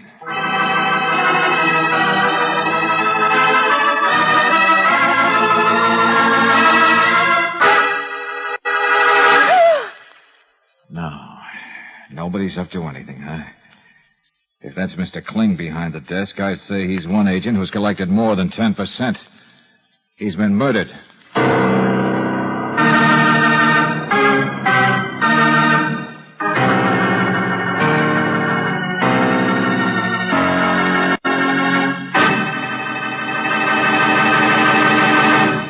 We'll return to tonight's adventure of George Valentine in just a moment. When you're out driving in the snow country, remember to get these 2 things before you start out: tire chains and antifreeze. Motoring can be safe and pleasant even though you run into a sudden storm or below freezing temperatures. But you must be prepared with chains and antifreeze in advance. Chains will stop a skidding car on roads where tires without chains hardly have a chance. And when there's ice outside your car, the water in the radiator and cooling system is almost bound to freeze and expand. So before you start, be sure to get tire chains so you can get there safely. And for your radiator, the brand to get is Permagard. Permagard Antifreeze.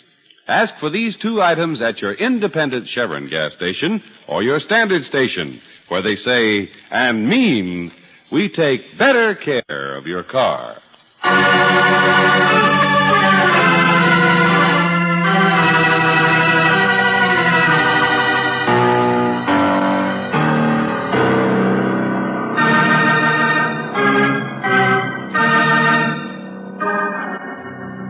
Back to tonight's adventure of George Valentine. Am I difficult? Sit down or something, won't you? I like surprises. But if your name is George Valentine, you're not so sure you do. For instance, the surprise of meeting the booking agent who got brown-eyed Audrey her job as Lucy Lamoureux's partner in a successful shadow dance act. The agent's name is Franz Kling, but he doesn't use it anymore. He's dead. Murdered. Sure he's murdered. You don't shoot yourself with a .38 and swallow the pistol, do you? Who's arguing, Lieutenant Johnson? I am, with myself. Doc says it could have happened several hours ago, sometime this morning. The elevator man says he's got a toothache and didn't notice who's been up and down. Oh, George will be back in a minute. But I don't see any reason why this murder has to have anything to do with Lucy's new partner. My dear Miss Brooks, in 1/2 hour since this was reported, we have got witnesses. To what? To the fact that Kling was an agent with no license, with no visitors except guys from the finance company, and with no clients. Well, then except Miss Audrey Murphy. Oh. In fact, his desk drawer shows the same thing. Not much of a desk. Not much of an office. Not much of an agent. No. People next door didn't hear any shots or anything. They just confirmed the fact of Audrey. What do you mean? Up here several times in the last month. Also out a few times with a guy in the evening. Hello, Angel. Oh, hi. Well, Valentine, you find her? No. Took Lucy home, but Audrey wasn't there. Doesn't Audrey live with Lucy now? No, only to practice their act. She's got a room in a boarding house downtown. Well? Not at home. Landlady wouldn't notice the time of day if you gave her a free watch. Good case. I like cases like this. Nice and clear. All right. So I bring you nothing. What did you find here? We're just going over his things, George. Mr. Kling was up to something with Audrey, all right. Such as? Well, he got her the job with Lucy, for instance. But it looks like more than that.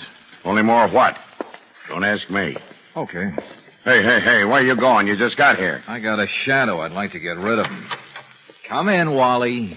I thought I left you back in that drugstore. Well, I had to make sure I know what's going on.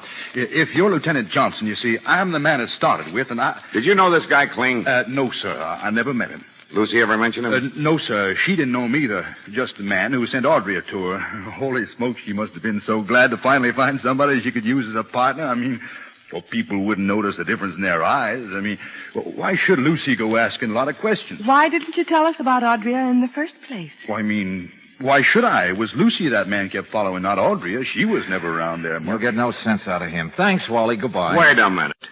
Mr. Wallace, I want to know why you're so anxious about Lucy. Oh, well, you see, she's got a good deal of money she and her sister made in the years past. That's what I mean.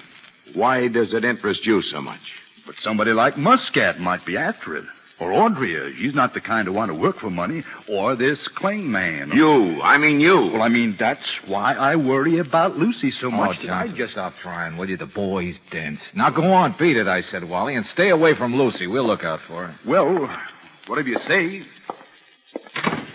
Now, look, my fine feathered friend. All right, so I interfere. The boy's dense, but he's right. Huh? It does all tie together. Have you been going through the stuff in the desk drawer? Yeah, George. So that's why you didn't shut the drawer and look underneath it. What? Here, in the mat of the rug. A diamond? Yeah. That'll tie it together, won't it? Another diamond from Muscat's ring. This time at the scene of a murder.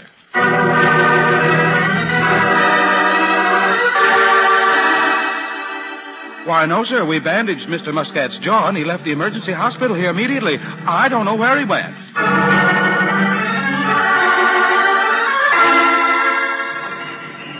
Of course we've been watching his rooms. His pool rooms, too. The rooms his bookie lives in. The rooms it's rumored he and that Brooklyn blonde once took a payoff in. Rooms. But you know what? They're all empty.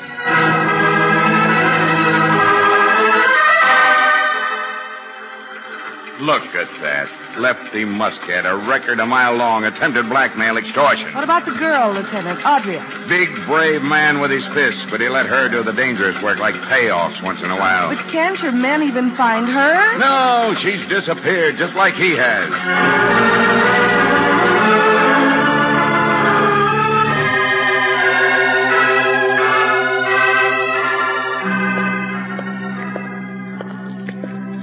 Yeah, you're right, Brooksy. Nothing was gained by Kling's murder that I know of on the swindle end. They never actually did anything to Lucy, and she's the only one with money. No, and they won't now either. Whatever this was, we stumbled into the middle of it somehow and broke it up. Brown Eyes and Lefty are probably on their way to China in opposite directions. Wait a minute. Yeah? Mr. Valentine, thank heaven I got you. I've been calling all over. I couldn't... Yeah, well, I just got back in the office now, Lucy. I've had a message from that Muscat person, Lefty. He's still in town. Wow. Called me wrong a couple of times. What? Never mind. What kind of a message? A note. The doorbell rang here at the apartment, and there was a little man at the door. He just handed it to me and ran. What did the note say? Listen, call Circle 3752. Don't tell anyone or you'll be very unhappy. And it's signed Lefty Muscat. Well, did you call? Do you think I'm crazy? I'm scared to death. Now that I've told you, I'm going to get down to the police headquarters as fast as I can for protection. Well, I'll see you there, Lucy. Thanks. Well, what was it, George? What does he want? Yeah. Run down this number with the phone company fast.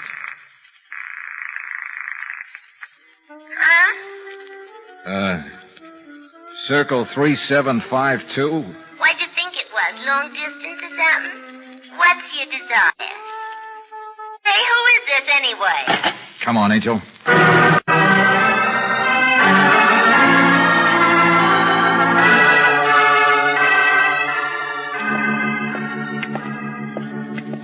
Apartment hotel. I don't know who's had the phone installed. It's one of those places, just room 22, that's all. A real choice neighborhood. Elevated tracks outside, sunken-eyed clerks inside. Kind of a place people hide out in, no questions asked. Skip it, I want to know about Lucy. I talked with Audrey. That means Muscat's out someplace on the loose. Lucy's all right. She tore straight to headquarters. Here we are, 22. All right, little Audrey. Hey. Hey. This is the same phone, all right, the same number. It's been less than 10 minutes since... Lefty Muscat. Yeah. Yeah, that's been only about 10 minutes, too. Deader than a mackerel.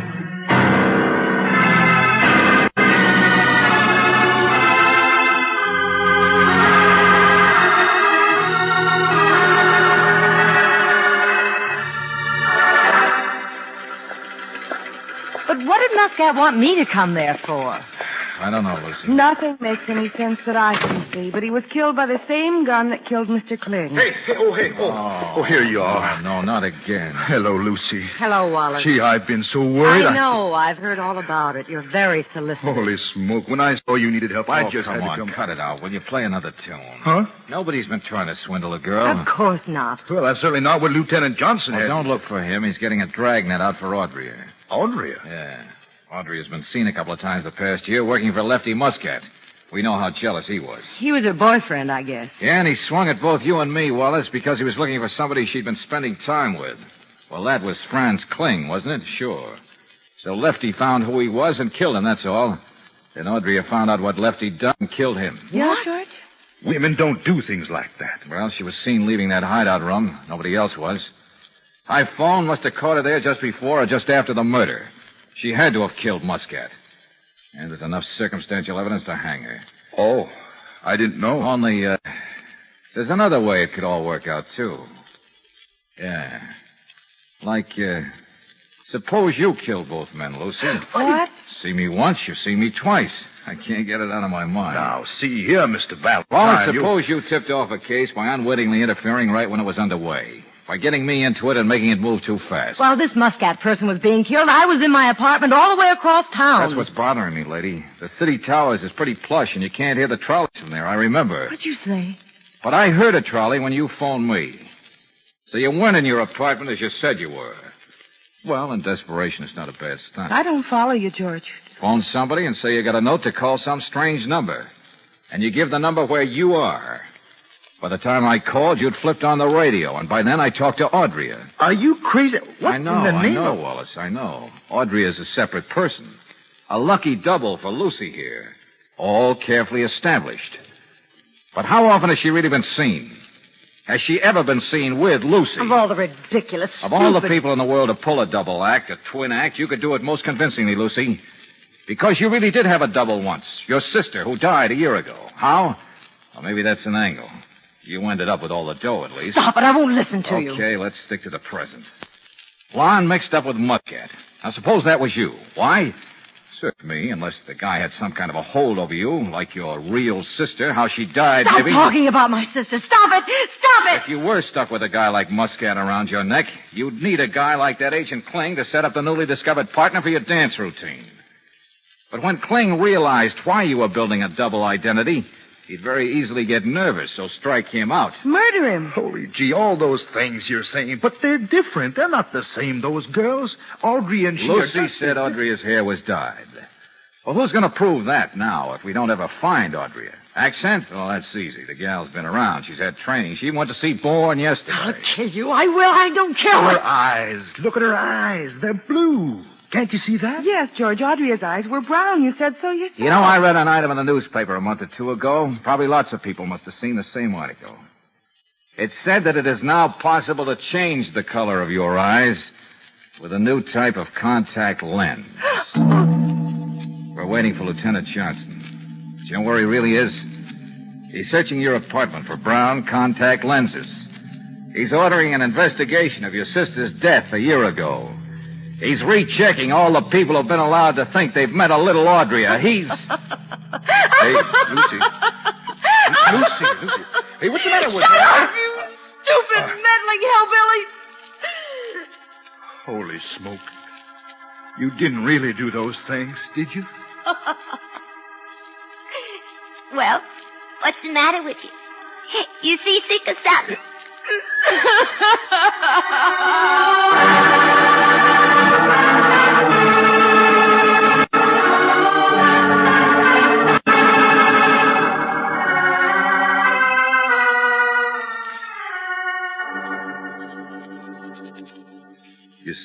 once, he's seen me twice. Boy, that's the way it was. I mean, it really was. Yeah, that's right, Wally. There was something phony with his sister's death. Apparently Muscat knew it and was soft for her, too. So Lucy dreamed up a wild plan to get rid of him by inventing a new partner who could be blamed for his murder. Oh, not so wild, George. She might have got away with it. Holy gee. Who'd suspect that of a lady like Lucy? Oh, Buster, if I ever met a guy who was stupid when it came to women... Well, I'm impulsive and persistent, that's all. She tried to brush me off, but What you need is a lecture on the facts of life. How to pick... she didn't break my heart. I already got plans for somebody else. I learned my lesson. You've what? Mm-hmm. You couldn't tell Lady Godiva from little Goldilocks. You couldn't... Oh, but this is different. Well, honest it is. You don't have to worry about me. It's, Miss Brooks. It's... Oh, no. What am I laughing at? Good night, George.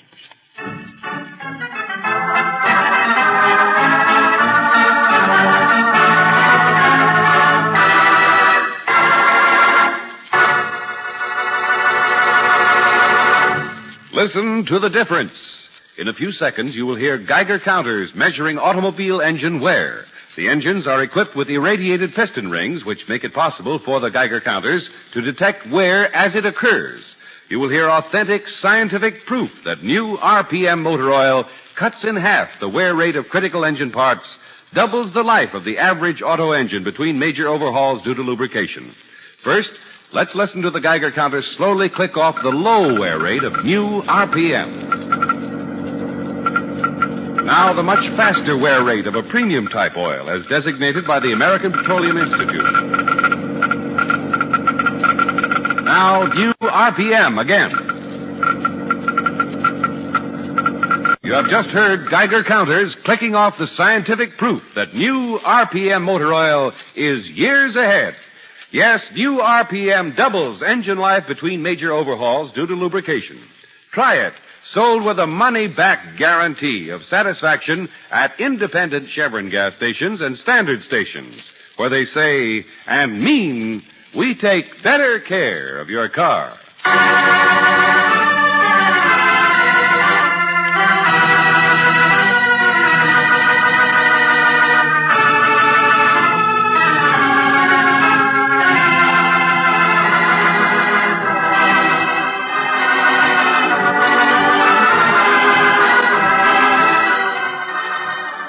Tonight's adventure of George Valentine has been brought to you by Standard Oil Company of California on behalf of independent Chevron gas stations and standard stations throughout the West. Robert Bailey is starred as George with Virginia Gregg as Brooksy. Let George Do It is written by David Victor and Jackson Gillis and directed by Don Clark. Ken Christie was heard as Lieutenant Johnson, John Daner as Wallace, Doris Singleton as Lucy, Eddie Fields as Muscat, and Dave Young as the officer. The music was composed and presented by Eddie Dunstetter. Your announcer, John Heaston. Listen again next week, same time, same station, to Let George Do It. Let George Do It is heard overseas through the worldwide facilities of the Armed Forces Radio Service. This is the Mutual Don Lee Broadcasting System.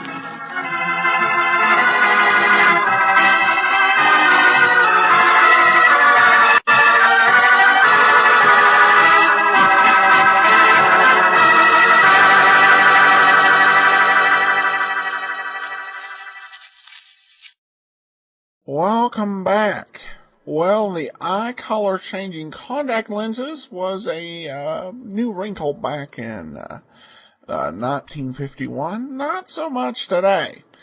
This particular episode is noteworthy. I found it interesting because it was a very different role for John Boehner, who in most of these series we see ending up with a heavy. And at the height of the golden age of radio, of course, he didn't really get a lot of lead roles, more character roles, but that changed with the last few years, particularly in Have Gun Will Travel. He played the radio version of Paladin. And Mandel Kramer experienced something similar with Johnny Dollar. But hearing Dana kind of play a Rube character, well, that was definitely a different experience. All right, well, that'll do it for today. Reminder, on Saturday, our Old Time Dragnet series is coming up, radiodragnet.com. And you can also follow our Old Time Radio Superman show programs on Sunday and Wednesday, laserandsword.com. Before we get into today's episode of Sherlock Holmes, I want to encourage you to check out All I Needed to Know I Learned from Columbo. It's an ebook I've written where we take a look at the history of 7 great detectives of radio, television, literature. Among these are Sherlock Holmes, of course, and Nero Wolfe, Columbo, Monk, and a few others. You can pick up your copy at Amazon Kindle store, whether it's for the U.S., the U.K., Germany, France, Italy, available in all those Kindle stores, or also available at smashwords.com.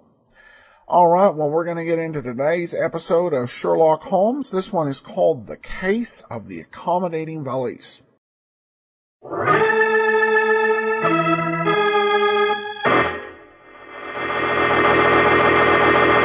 From New York City, the makers of Clipper Craft Clothes for Men and 1,036 leading retail stores from coast to coast present the world's most famous detective, Sherlock Holmes.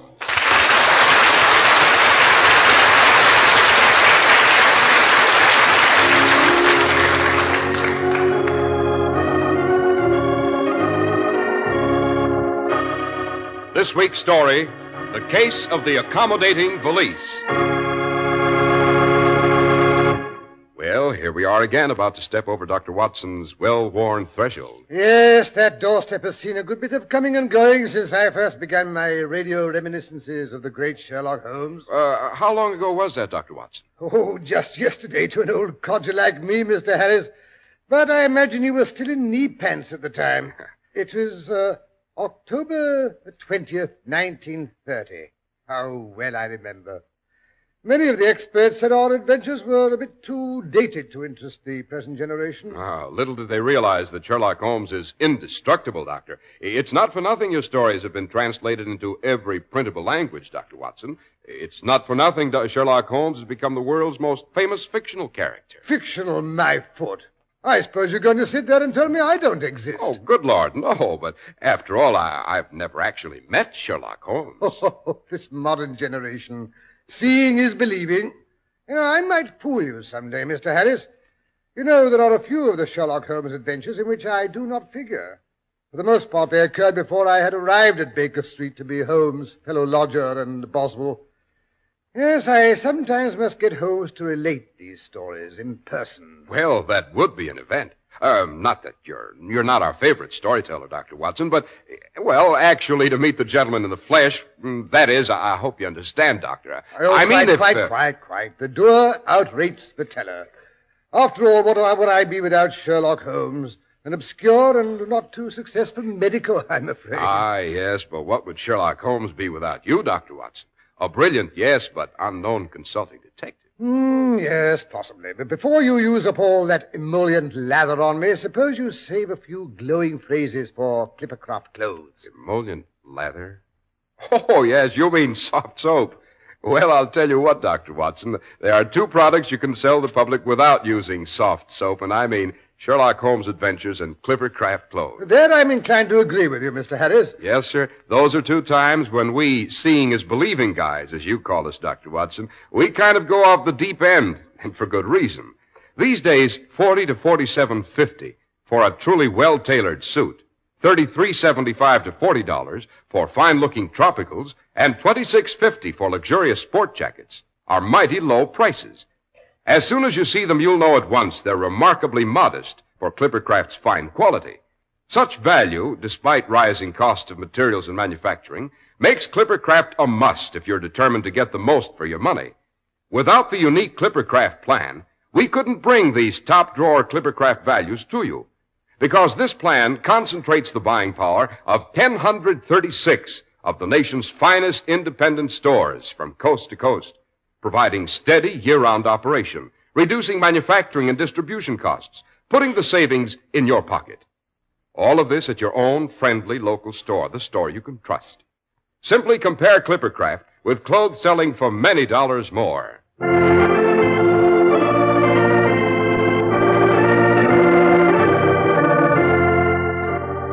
And now, Dr. Watson, suppose we get back to Baker Street and Mr. Sherlock Holmes. Yes. The adventure I am going to tell about began rather early one rainy spring morning.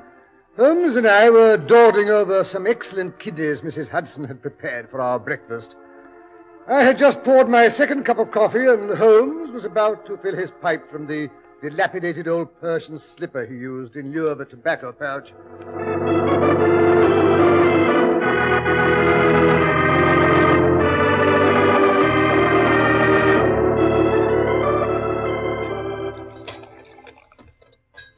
The trouble with you, Watson, as I've so often remarked, is that you see, but you do not observe. Oh. Any intelligent person who contemplates his fellow man should be able to deduce his occupation, his habits, and previous history after having observed his subject for 30 seconds. Oh, fiddle-faddle. You see a man, you make all sorts of wild guesses about his past and personality, and even if you guess right, what of it? My dear Watson, the science of deduction, as I practice it, is not guesswork, but a precise and accurate compilation and interpretation of minutiae that has unraveled many crimes and saved countless lives and reputations.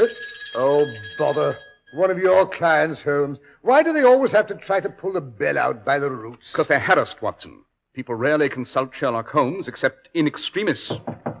Yes, here he is. Watson, suppose you see what you can deduce from a first impression of the fellow. All right. Come in, come in. Which of you gentlemen is Mr. Sherlock Holmes, the detective? I have that somewhat dubious honor. This is my friend and colleague, Dr. Watson. How do you do? Won't you come in? Thank you. Here, now, take this armchair. You've come to consult me, I gather. That I have. In that case, make yourself comfortable. Won't you remove your hat? Oh, beg pardon. I'm that fashed I clean forgot where I was at. Well, Watson, what do you make of him? Well, I should say, obviously, late middle-aged, bald, past injury to the left leg or hip, which occasions a limp, and the thickness of his speech and the use of the word fashed indicate he's of Scottish origin. I am not. Born and brought up in Sussex, I was. Naturally, the thickness of the speech is caused by a faulty upper plate. The use of the word fashed was picked up in his railroading days. In all probability, he was engineer on the run-up to Edinburgh. But now he's been promoted to a somewhat more sedentary position, still connected with the railway. Oh, incidentally, Watson, the limp is not due to a leg or hip injury, but to a rather painful corn on the little toe of the left foot. Am I right, Mr... George Hogarth. And right you are, Mr. Holmes. In addition, Mr. Hogarth, you are a Freemason, you smoke a pipe, and you cut your nails with a pair of clippers that have seen better days. Oh, that's God's truth, Mr. Holmes. But how in the name of all that's holy you found out that it's all quite simple, Mr. Hogarth. Once Holmes elucidates, which he will now proceed to do. The damaged nail clippers I deduced from the somewhat jagged outline of the nail edge. That's right, sir. It's been like that ever since Nellie, she's my wife, pinched it to cut some picture wire to hang up her mother's picture. See, the pipe is also self-evident when one contemplates the somewhat charred and discolored forefinger on the right hand, which we use to tamp down the tobacco. The Freemason bit I gathered from the emblem on your watch chain. Aye, that's not so remarkable now you explain it. But how did you know I used to be a railway engineer? From the peculiar slant of your shoulders and the way you hold your left arm, acquired through years of leaning out of the cab of your engine to view the track ahead. Furthermore, the callosities of your right hand and the muscular development of the forearm are typical of a man who's held a throttle in his hand for many years. Furthermore, a railway engineer develops the habit of keeping his hat on to protect his hair from soot and grime. By the Lord Harry, you're right about that, Mr. Holmes. And last but not least, I deduce the fact that you've not completely severed your connection with the railway from the tiny bits of railway soot which have settled on your stiff white collar and cuffs. Right again. Just last year they made me station master down at Waterloo Station. And it's sooty enough there, so I still keep my hat on, in spite of the fact that it's a bowler and not too comfortable. As a matter of fact, Mr. Holmes, it's concerning what's going on at the station that I've come to consult you. Oh? And what's going on? Trains off schedule? Wrecks? Disorderly conduct on the platforms? If it was anything like that, me and the station police could handle it ourselves, Mr. Holmes. Oh, no, sir. There's been nothing that you could lay a finger on. And yet, every time one of the new deluxe boat trains comes in with a load of toffs from Southampton, somebody's luggage turns up missing. Mostly it's a valise belonging to some rich American lady with a fine mess of jewels in it. Well, surely it's not too difficult to keep track of the luggage that's taken off the station platform. Everyone has to go through the small gate at the end. That's right, Dr. Watson. And no one's allowed on those platforms excepting the passengers from the train and them that has platform tickets. And me porters and the police have been keeping an eye on them. You can bet your life. And yet, each time the boat train arrives, a valuable piece of luggage disappears, eh? Vanishes, it does. Into thin air. Sounds like a bit of legerdemain, eh, Holmes? You don't suppose Mr. Houdini has taken to crime? Houdini? Who's he? The American magician who's come over. They say he's come to consult that writer chap. What's his name? Oh, yes, Arthur Conan Doyle. Mr. Houdini and Mr. Doyle are both reputable gentlemen, Watson. In fact, there's some intimation that Doyle may be knighted for his literary activities. Oh, Poirot is no better than I am. That's as it may be. To return to the robberies at Waterloo Station, Mr. Hogarth, objects do not vanish into thin air, even for Mr. Houdini. There must be some logical explanation of the phenomena. Tell me, have there been any other unusual occurrences at the time the thefts took place? Well, that is nothing you could call unusual, Mr. Holmes. But the robberies always do seem to go along with a small commotion of some sort. I suspected as much. Go on. Well, there was the ladies' Pekingese that got away. And another time, a steamer trunk got shoved off the platform. The porters just got it back before the 10:40 from Plymouth came roaring in. And another time, an old codger fell and twisted his hip. They had to bring a wheelchair. And each time after the turmoil had subsided, a valuable piece of luggage was missing. Yes, sir. And in spite of the fact that I had had the exit gate closed till things got under control. No one got away with a piece of luggage that didn't belong to him, I'd swear. He just vanished into thin air. Interesting, eh, Watson? And when do you expect your next trainload of jewel-bearing passengers from overseas, Mr. Hogarth? The Aquitania docked at Southampton this morning early. There's at least 6 American ladies aboard, sir, who are to be presented at court. I see. And you know what that means, Mr. Holmes. They'll be bringing enough jewels to outdazzle the Milky Way. The train's due in 37 minutes, sir. I have a cab waiting outside. What do you say, Watson? Shall we see if we can discover the particular brand of abracadabra used in the disappearing act at Waterloo Station? Right, I'll get my revolver and my umbrella. Never mind the firearms, Watson. Just be sure you bring your wits along. Wits and a keen sense of observation will be indispensable in solving this puzzle, I fancy.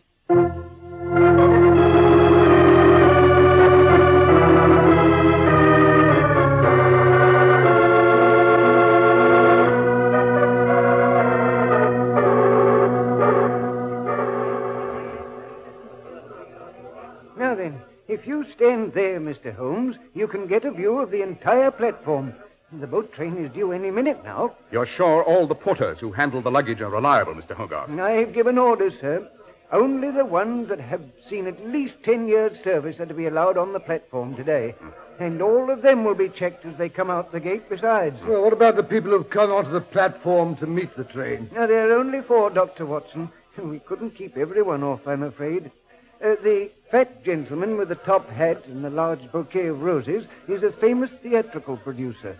He's meeting his new star, Miss Edna Levy, who's coming over from New York. The nervous young man with the monocle and the gold-headed cane is the Honorable Cecil Heatherton. He's meeting his fiancée, a daughter of a Pittsburgh millionaire. And the lady with the tremendous doll and the box of chocolates is meeting her 11-year-old daughter that she hasn't seen for 2 years. Why not? Well, the child's been visiting its father in America. It seems the parents are divorced. And then there's the imposing-looking gent in the Prince Albert, carrying the Gladstone bag.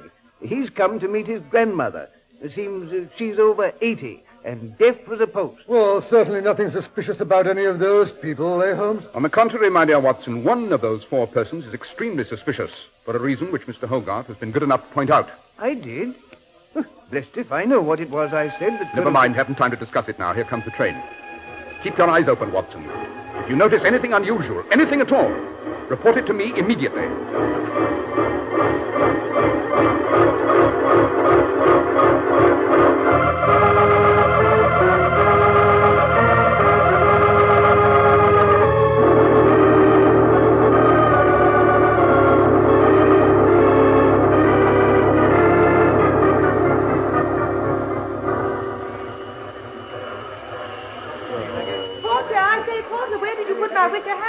Well, the producer has located his star, the Swain his fiancée, and Mamma has discovered her offspring. But where in thunder is Grandma? That's what I was wondering. I have 2 more pieces, Porter, and I've seen her out in a green hat box. No, leave the alligator bag there. I don't want to let that out of my sight. I say, look, Holmes, that must be Grandma, the old lady coming along the platform in the checkered greatcoat and bonnet. By Jove, she's carrying a parrot in a cage. Yes, her imposing grandson has just sighted the old girl. Here I am, Granny. Over here. She's seen him. She's waving the bird cage. Hannibal! Good Lord, the parrot has got loose. Hannibal! Oh, the beautiful Hannibal. Catch him, Freddie, catch him. No, Granny. Don't get excited. We'll get your parrot for you. Oh, dear, whatever shall I do? Now, Granny, remember your blood pressure. I'll just put you safe in the ladies' waiting room, then I'll come back and get Hannibal for you. Yes, you take care of her. Poor old woman. She looks so frail and That's right, Granny. You come along with Freddie. Now, don't you worry. I'll come back and catch Hannibal. He won't get away. Come along, Watson. We mustn't lose sight of them. Lose sight of who? Granny with the bird cage and her grandson Freddie with the Gladstone bag. Above all, we mustn't lose sight of that Gladstone bag. Holmes, have you lost your senses? My bag, my alligator valise is gone. It's been stolen. My emeralds were in it. I've been robbed. Holmes, you heard that? A woman's been robbed. Naturally, I knew it 2 minutes ago. Let Hogarth take care of her. That's his job. Ours is to follow the grandmother and the man with the Gladstone bag. He said he was taking her to the ladies' waiting room, and that's exactly what he's doing. Now, you wait here, Granny. I'll be back as soon as I've caught Hannibal. It won't be a minute. Here, take my bag. Don't be long, Freddie. I won't. Take care of my bag now. Don't you, Fred? After her, Watson. Don't let her out of your sight. And above all, keep your eye on that Gladstone bag. Yes, but what about you? I'm going after Freddie. Oh, well, you... And where do you think you're going? Well, that is a friend of mine just came in here. An old lady with a parrot cage. Well, you'll have to wait outside. This is the ladies' washroom. No gentlemen permitted. Yes, but I mean a surgeon, you know, and all that sort of thing. I'm Sherlock Holmes' assistant. I don't care if you was the Prime Minister and the Archangel Gabriel all rolled into one. You'll not step into my washroom. Now, be a good chap and wait outside. Yes, but what if I lose her in the crowd? What crowd? She's the only one that's come in here this last half hour. Well, what if she goes out some other way? There ain't no other way. Now, you look here. I've been matron here for 15 years, and I've never had no trouble. But if you don't shut that door before I count 3, I'll whistle for the police. 1, 2... Now, look here, you... Oh, the obstinate female. Oh, well, the old grandmother can't very well get out of the door without my seeing her. I'll just sit here on the bench and wait.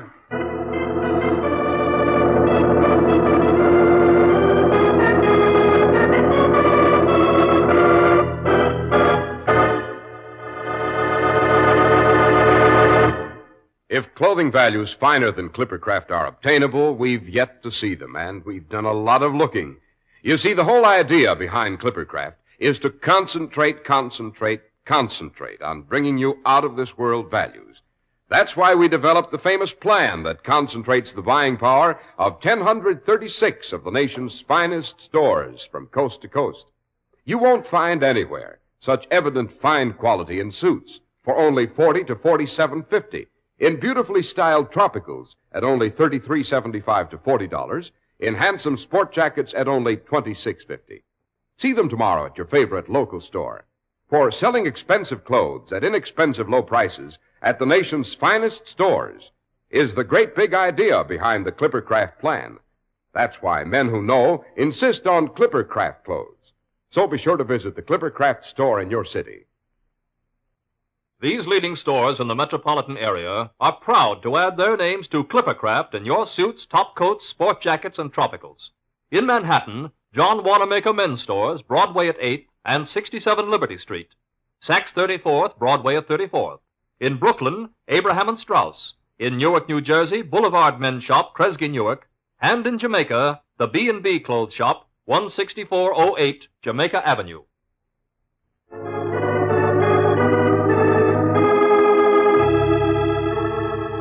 And now back to Dr. Watson, who is still playing the patient watchdog outside of the ladies' waiting room at Waterloo Station. 45 minutes have passed before Holmes returns, looking rather disconcerted.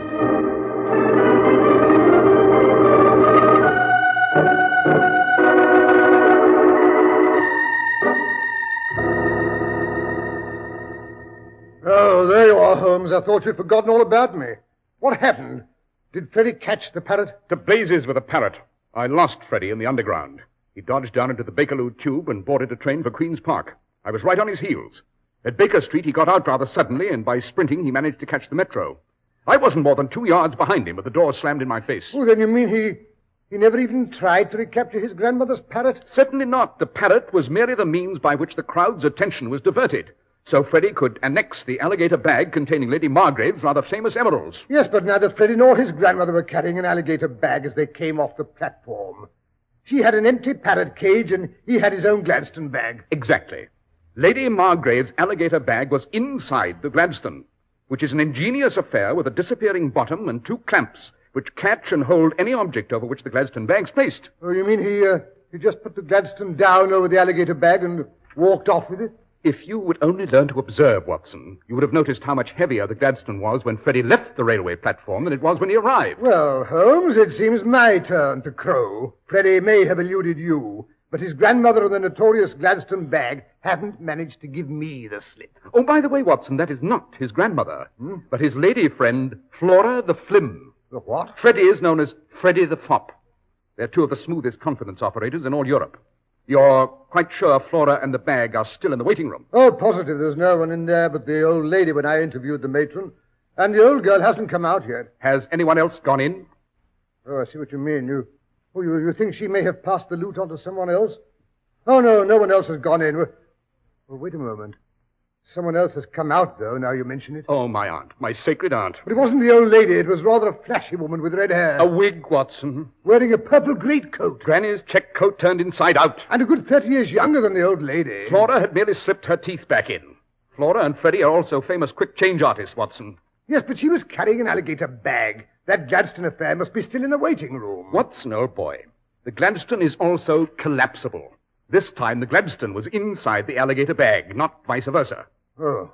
Yes, but look here, Holmes. How was I supposed to know that Auburn hussy would turn out to be Freddie's grandmother? My dear Watson, you have a frog in a box. The frog represents the waiting room attendant, let us say. Oh, go on, be allegorical. Into that box goes a caterpillar. The box is closed. Nothing else enters the box. Yes, continue. In due time, a butterfly emerges. The frog still remains.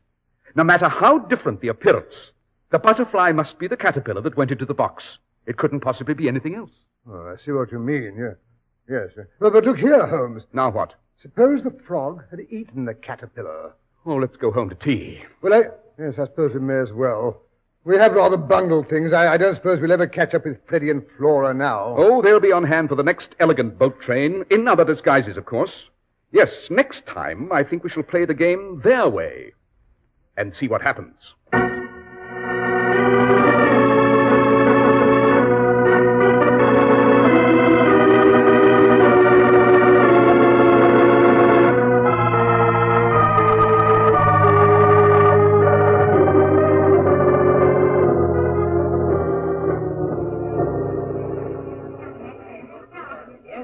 Confound it, Mr. Hogarth. The next boat train is overdue, and Holmes hasn't shown up yet. You're sure he said he'd meet you here, Dr. Watson, on the station platform? Well, that's what his note said. Mrs. Hudson brought it to me with my eggs this morning. She said Holmes was up and away before she'd even had her early tea. I do wish he'd show up. That big steel millionaire, Mr. Ramsgate McGregor, was on that boat.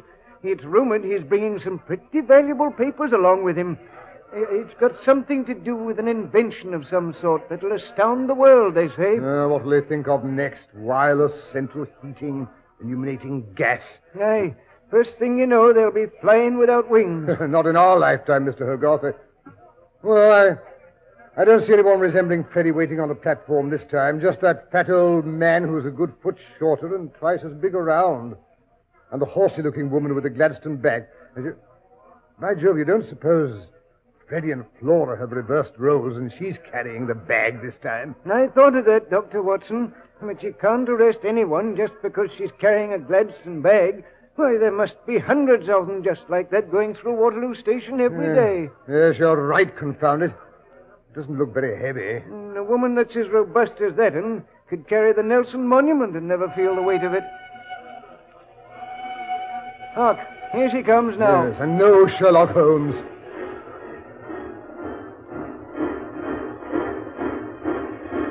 Now keep your eye peeled for Mr. Ramsgate McGregor.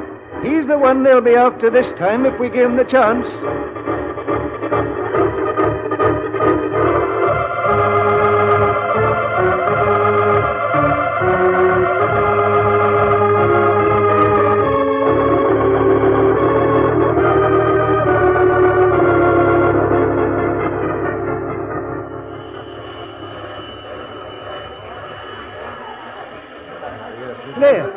There's Mr. McGregor now.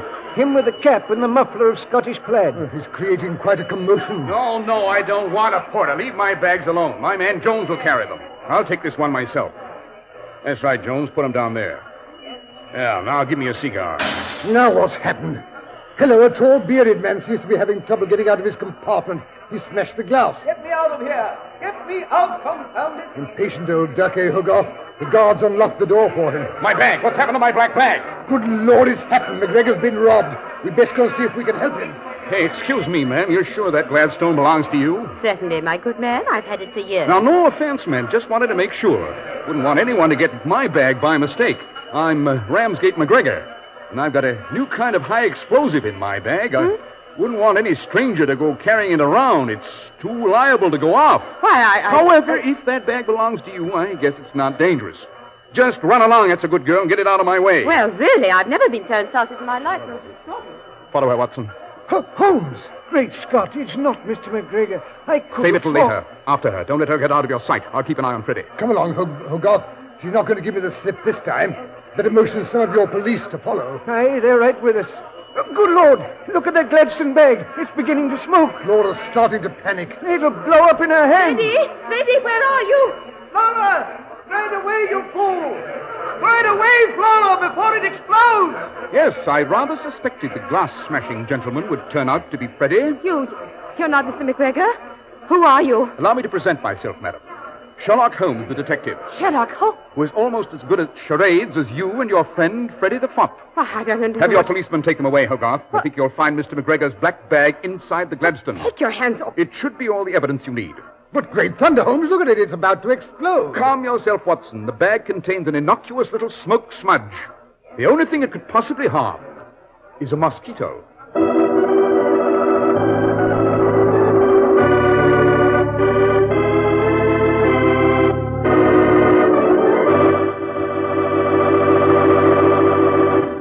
Well, that was an interesting adventure, Dr. Watson. It seems Holmes spotted Freddie almost the minute he laid eyes on him. Well, what was it that made him suspicious? Well, the Gladstone bag, of course, Mr. Harris. It's rather unusual for a person meeting a train to carry luggage, don't you know? Oh, of course. Why didn't I realize that in the first place? Yes, I was always saying that to Sherlock Holmes. But now suppose we give our listeners a hint about next week's adventure. Yes. Next week, I think I'll tell you a case that Holmes solved without stirring from his armchair.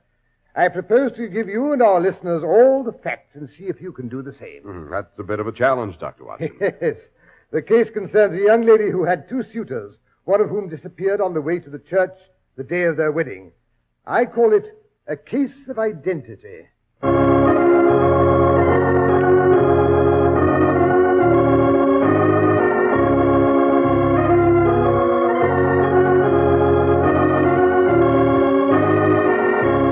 The makers of Clippercraft Clothes and 1,036 leading stores from coast to coast have brought you another in the new series of broadcasts featuring the world's most famous detective, Sherlock Holmes.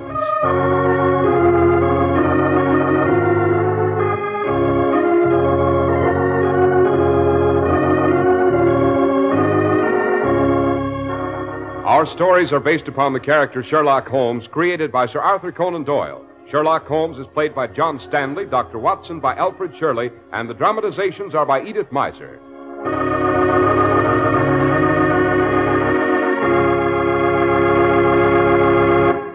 Sherlock Holmes is produced and directed by Basil Lochran, with special music by Albert Berman.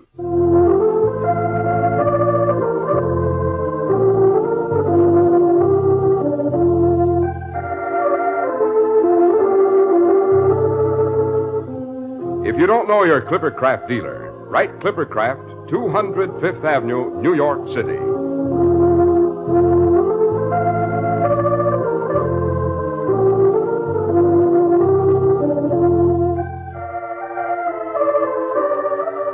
Be sure to listen next week to Sherlock Holmes in The Case of Identity.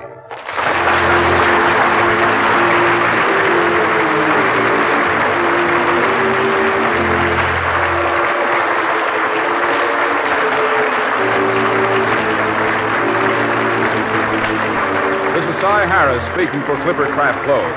This is the Mutual Broadcasting System. Welcome back. Well, some very interesting retrospectives here, particularly looking back at the history of Dr. Watson telling the Sherlock Holmes stories on the radio, of course, going back to October of 1930, which I mentioned, as far as we know, that's the earliest regular recurring detective show on the radio. I love the part in the middle where Watson and Holmes were talking about Sir Arthur Conan Doyle. It was kind of funny in that case, a kind of inside joke sort of way, but it was appreciated. And this one required you to use a little bit of imagination. Really, this one, I think somewhat different than other episodes, really a challenge to solve the case along with Holmes. And apparently that's going to be the case next week as well. So we'll definitely definitely encourage you to plan on listening then. Well, we do have a listener comment via Twitter. Renee tweets in, I've subscribed to the @Radio Detectives podcast a week ago and haven't regretted it one bit. Well, thanks so much, Renee, and appreciate you listening. If you are a listener, you can, of course, follow us over on Twitter @Radio Detectives. Renee actually listening to us in the Netherlands. So appreciate people following us over on Twitter.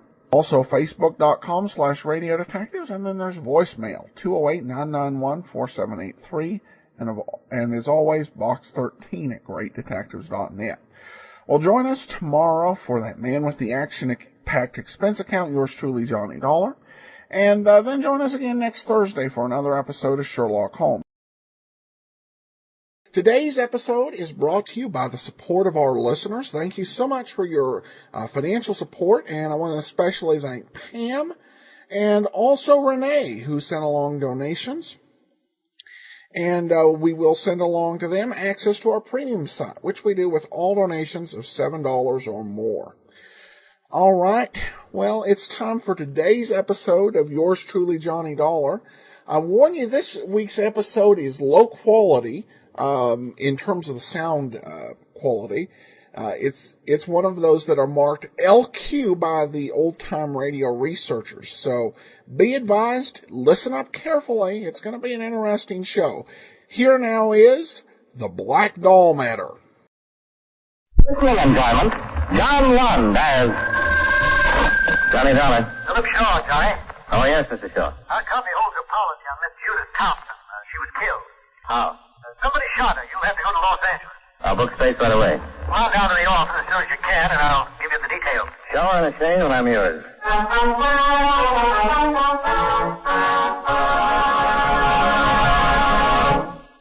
We'll return to our program in a moment.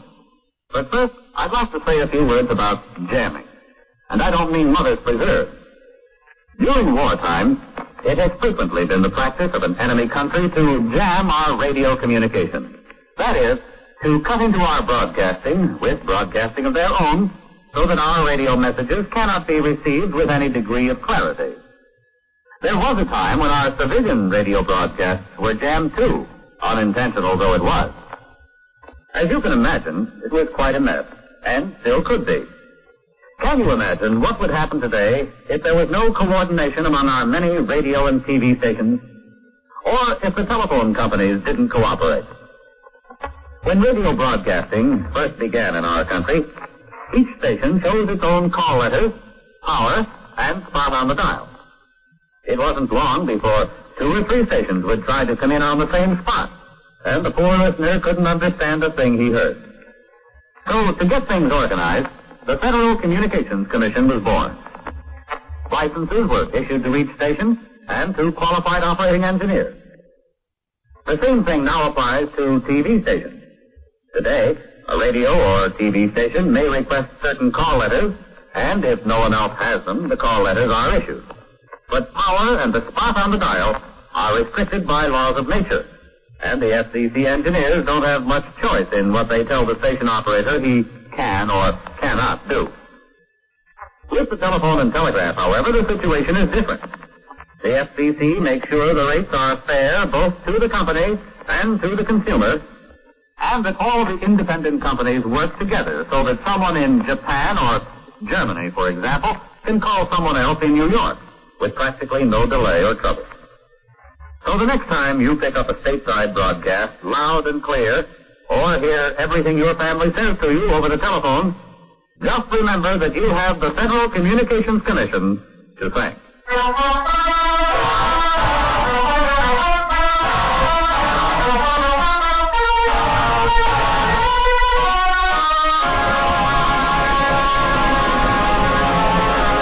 Account submitted by Special Investigator Johnny Dollar to Home Office, National All Risk Insurance Company, Hartford, Connecticut. The following is an accounting of expenditures during my investigation of the Black Doll matter.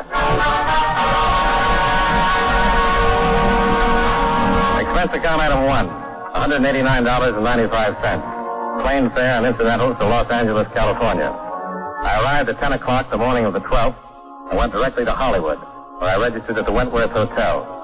Then proceeded to Central Division Homicide and Lieutenant Brickford. Got a teletype this morning that you were coming, Doyle. Supposed to give you all the help I can. I'll be glad to have it. Can you tell me something about the dead woman? Well, shot once with a 38 in the chest. Killed between 1 and 2, night before last. Any suspects? We've been checking on the people she knew. Talked to several of them. Couple, Mr. and Mrs. Lyon, a girlfriend, Miss June Fisher. She'd seen her during the day, but can't tell us very much. The Lyons hadn't seen her for several days. They couldn't give us any reason why someone might kill her. We've got some more names we've got to run down. Boyfriend, William Carnes. Works for Timken Aircraft and test pilot. Girlfriend says Carnes and the dead girl started seeing each other about 2 weeks ago, but she didn't believe it was anything particularly serious. She was killed in her apartment? Yes. Killer entered by a back door and flipped the screen, but wasn't robbery. Nothing was touched. Somebody just walked in and killed her? Yeah. That's the way it looks. Lab hasn't come up with anything that'll help so far. No prints. They got the bullet, but we need the gun. What did she do with that night? Well, that's something we still got to find out. We are pretty sure she went out. There were some clothes on the chair, slacks and a coat. Wouldn't wear the coat around the house. What about this boyfriend? I was going out to talk to him this morning. I wanted to check on him first. Pilot in the last war. Went to work for Timken right after he was discharged. Seemed like a pretty solid citizen. A lot of citizens are pretty solid until they kill somebody. Yeah. Well, you want to run out the field with me? If you don't mind. Well, not a bit. Give me somebody to talk to.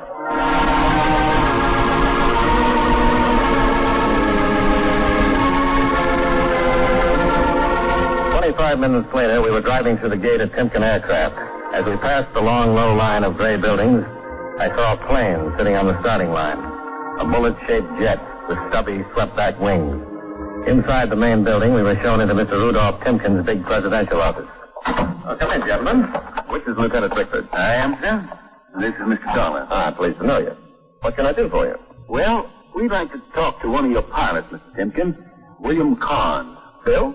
Oh, certainly, but I'm afraid you'll have to wait a while. He's just getting ready to take up the XR-200. Is that the jet I saw on the line? Yes, the beauty. Oh, thank you. We think it's the best. Hey, if you'd like to come out on the field, this test isn't security. The last 2 years we've been under wraps, but since we got the budget out and the Army's given us a contract, would you like to walk? Oh, sure would.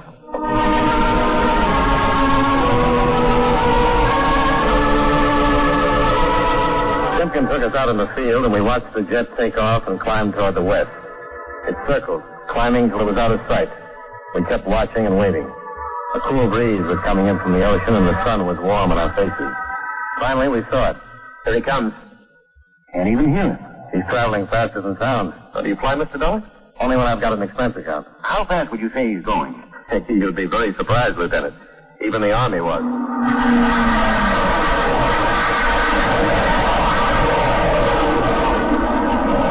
Hey, impressed? Yeah. I'll stick to being a cop. He's in his turn now. Yeah. Come in across field. He's even lower.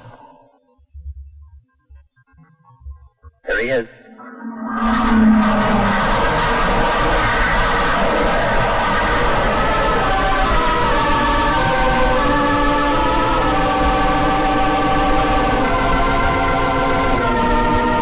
We waited on the field until William Carnes landed the plane.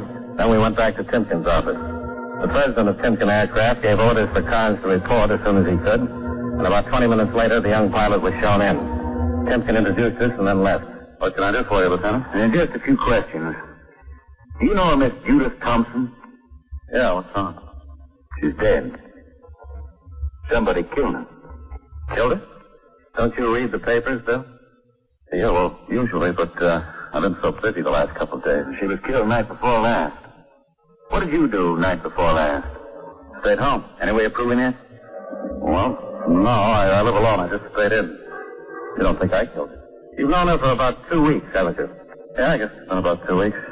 She's a nice kid. Awfully nice kid. Sorry about it. And you stayed home the night of the 10th? That's right. All night? Well, yeah. You'll find out sooner or later. No. I wasn't there. I took her out the night of the 10th, the night I knew she'd been killed. But look, honest, I had nothing to do with it. Why'd you lie about it? Because I'm married. No, we're not living together. We're separated. My wife's living in Chicago now with her folks. I always kind of hoped we'd get back together, but if I got mixed up in a killing... You got mixed up the night you took Judith Thompson out? But I was lonesome. Judy was a pretty kid. I saw her about 6 times in 2 weeks. It helped. But I'm in love with my wife. I've always been in love with her. You can understand it, can't you? Sure. The night of the 10th, where did you and Judy go? To the beach. Went down on the pier and played a concession. When did you get home? I don't know. I guess about 11:30 or so. Yeah, somewhere about that time, 11:30 or 12. You go right home? Yeah, right home. That's true. Anything happened during the evening? Anything unusual? Unusual? Anybody following you? No. Did Judy seem nervous or anything? No, she was fine. She didn't act nervous or anything. Okay. Is that all? Yeah, for now. We'll talk to you again. All right, but I sure wish you wouldn't tell the papers. Tell the papers? What about me? Being the one who took her out that night. It would finish me for good with my wife. I wouldn't have a chance. The family doesn't like me as it is. Why did you and your wife split up? My job. I don't really blame her. It's tough for a woman to sit around the house when her old man is flying new stuff. What am I going to do? I guess I love flying about as much as I do my wife. Just keep hoping she'll understand and... I don't know. Well, we'll see you later. Okay, Lieutenant. Nice meeting you, Mr. Dollar. Nice meeting you.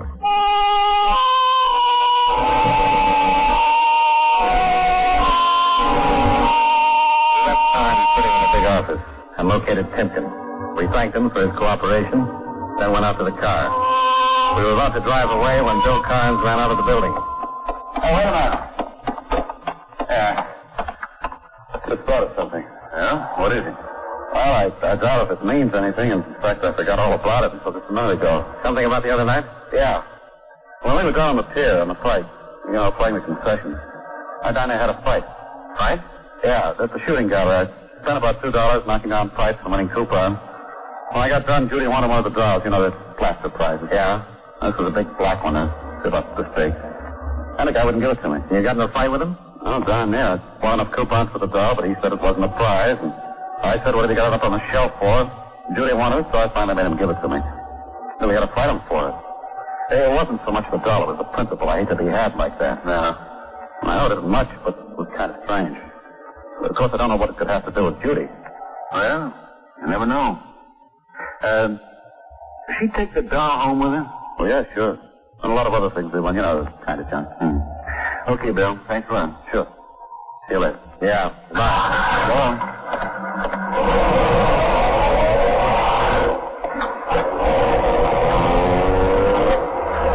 Funny. About the fight? Yeah.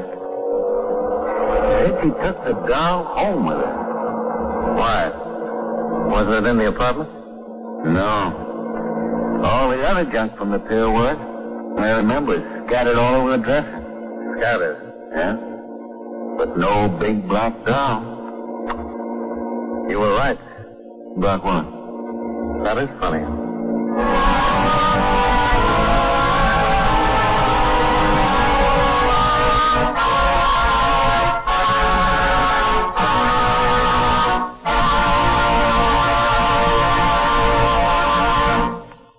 You know, many great men have attained the highest office in our land, the presidency of the United States. Can you guess the name of this man? According to historians, no other single man ever did as much for a country as this president did for the United States. After a brilliant military career, he was called from retirement to preside at a federal convention in Philadelphia, where he was unanimously chosen president. He was also unanimously re-elected for a second term, but refused to run for a third. Although a Federalist, he named a man from another party, Thomas Jefferson, as Secretary of State. If you don't have his name by now, here are two more clues. During his presidency, the cotton gin was invented, and the first census was taken. Who was he? George Washington, first President of the United States. His life is part of your American heritage. And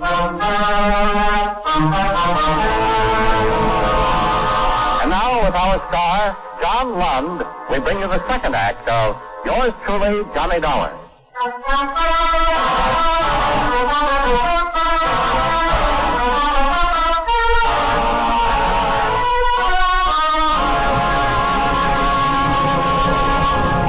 Lieutenant Brickford drove across town to the dead girl's apartment just off Franklin Avenue in Hollywood. A uniformed cop was still staked out at the door.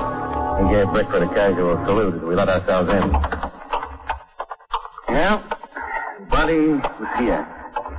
Shot from where? From over here. The position of the body and wound puts the killer somewhere in this area here. Which way is the back door? Through there. And here's the stuff on the dresser. Uh-huh. Everything you'd win at an amusement pier. Everything but a big black doll. Why would a plaster doll be so important? I couldn't even guess.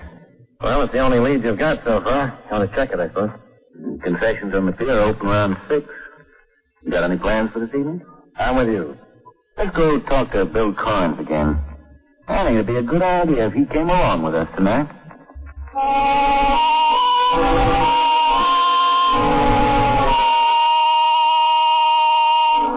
We left the dead girl's apartment and drove back across town to Bill Carnes' home near the Timpkin Aircraft Factory. Bill met us at the door and showed us into an attractive living room. To find out any more about... Oh, about Judy? Not yet. We'd like to know some more about your argument at the pier. Well, I told you just about everything. It started over the doll. That's right. You're sure Judy had the doll with her when she went home? Well, yeah, I'm positive. Before I take it into the house, had it on. Full of that stuff we want. The doll was the biggest of the bunch. You can't remember anything unusual about the doll? Unusual? No? No, I mean, it's just a big black doll about this big, holding an ashtray. You'd know this guy again? Oh, sure, I know. He runs a concession. At least he was the only one there. Well, can you go down with us tonight? To the pier? Yeah. Yeah, sure. You think the argument had something to do with Judy getting killed? We don't know.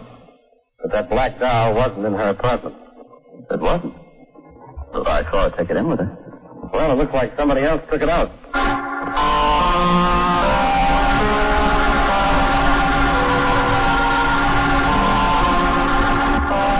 Expense account item 2, $14.55. Dinner for Brickford, Carnes, and myself.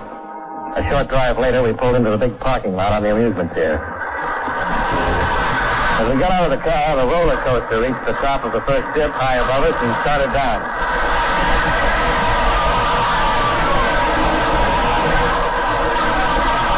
We crossed the parking lot and walked out of the pier. I haven't been down here in a long time. Where's the shooting gallery? It's down at the other end. We walked the length of the pier until we reached the shooting gallery where Bill had won the Black Doll. All right, step up and sign that up. The man running the concession was in his late 40s, short, stocky, and bald. We stopped a few yards away. That's the man? No, he's not the one. All right, come on, boys. Sign it up. There's 6 shots per point. What can we win? Anything on the shelf. On the top shelf, one just like it. How about the big Black Doll? Sure, but you gotta hit all the clay points. Well, go ahead, darling. Aren't you gonna try it? If you don't hit them all. Okay. Let's see. There you are.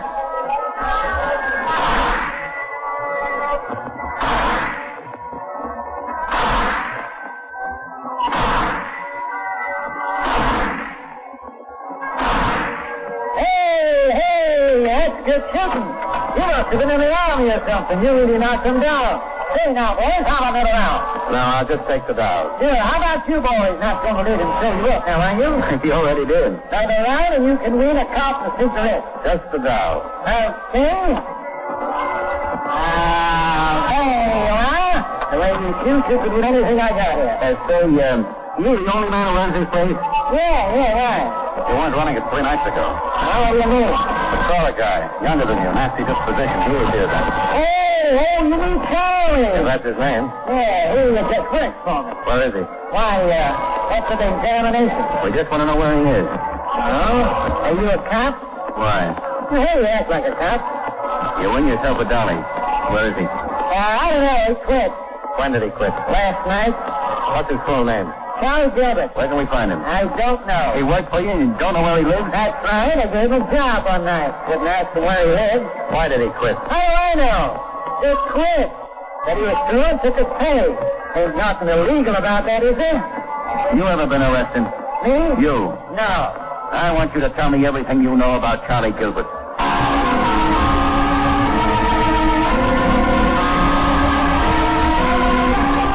Rick and I questioned and cross-questioned the manager of the shooting gallery. He said his name was Virgil Wellman, but he'd never seen Charlie Gilbert till the night he'd hired him 3 weeks before. He knew very little about the man, but readily admitted Gilbert had a bad temper. He swore he didn't know where Gilbert lived or what he did in his spare time. Well, we left the pier and drove Bill home. The lieutenant dropped me off at my hotel.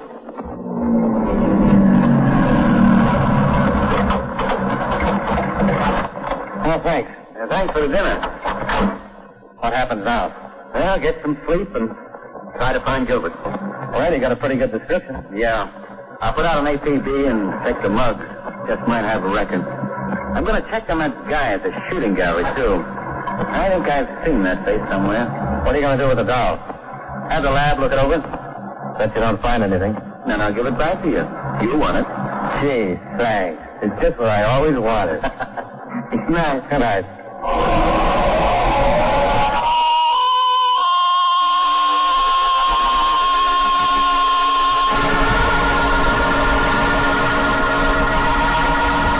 I went to my room, climbed into bed, and tried to put the puzzle together. After a half dozen cigarettes, I gave up and turned off the light. I felt as though I'd hardly fallen asleep.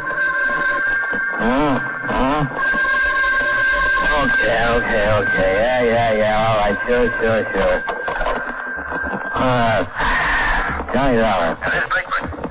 Oh, hi. Hey, what time is it? 2 o'clock? Goodbye. Hey, wait a minute. Something important. Okay. Let me wake up. Well, this will wake you up. About an hour ago, they hauled a man out of the ocean. Been shot twice. About 36 hours. Who is he? I don't know. No identification. Nothing in our file on his print. So we sent for a kickback from Washington. Why is this corpse so important? Because he fits the description Carnes and Wellman gave us. Gilbert? Yeah. And I went through the lugs and came up with an identification on the guy who was running the shooting gallery tonight. I knew I'd seen him before. Who is he? Right name's Virgil Shelton. Wellman's an alias. Got a narcotics 5 years. Only been out for a couple of months. Well, that sounds interesting. How about the dead man you found in the ocean? Carnes coming in to make an identification? Already sent for him. You coming down? Right away.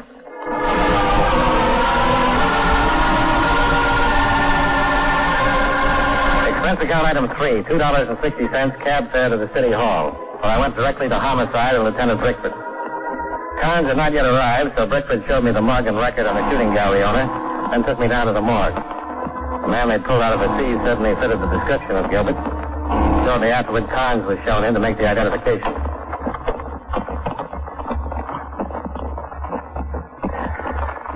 Yeah. That Gilbert? That's the man I had the argument with. You sure? Yeah. I'm sure. Lieutenant, he said he'd been dead about 36 hours. Close. And he was killed shortly after the girl was. Yeah. Here's the kickback we were waiting for, Dollar. Prints on the dead man identify him as Frank Sidney, alias Charles Sidney, alias Sidney Gilbert. Alias Charles Gilbert. Yeah. FBI wants a narcotics friend. Well, it sure gives him something in common with the guy at the shooting gallery, then, huh? Let's take another ride down to that pier.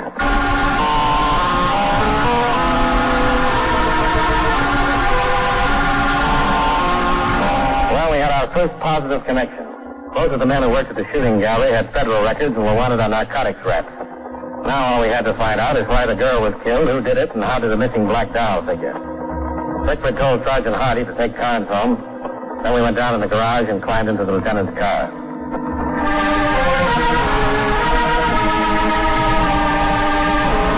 25 minutes later, we were back at the amusement pier. The concessions were all closed. The entire pier was dark except for a few work lights at the entrance. We walked to the shooting gallery and stopped. Could be a front. Yeah, it could. The lab find out anything about the doll? No thing. Well, remind me to give it to you. Yeah, I'll tie a string around my finger. Yeah, let's take a look around back. You know, I got a hunch. About the doll? Yeah, probably the same one you've got. Suppose the doll Carnes had the argument about was supposed to be picked up by a particular party, expected about the time Carnes arrived. Yeah. That doll you won tonight's hollow. Big space. Could hold a couple of bindles. Nice way to pass the stuff, huh? Well, hold it. Boat coming in at the end of the pier. Come on. Let's take a look. You got a gun? Yeah. Might just be a fisherman. Might, but I doubt it. Better take it easy. The boat was pulled up to a small landing where a ladder led down from a spot a few yards away from us. We got down on our hands and knees and crawled to the pier railing for a better look. Below us, we could make out 2 men in the boat and 2 on the landing. One of the men in the boat stood at the wheel while the other passed a large crate to the men on the landing.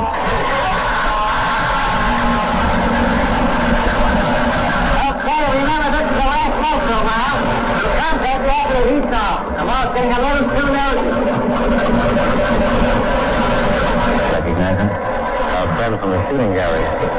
They're coming up. Take it easy with it. Okay, hand it up. Okay. Now let's get out of here. We gotta be in Fresno by 7. Hold it right there. Look up! Look out!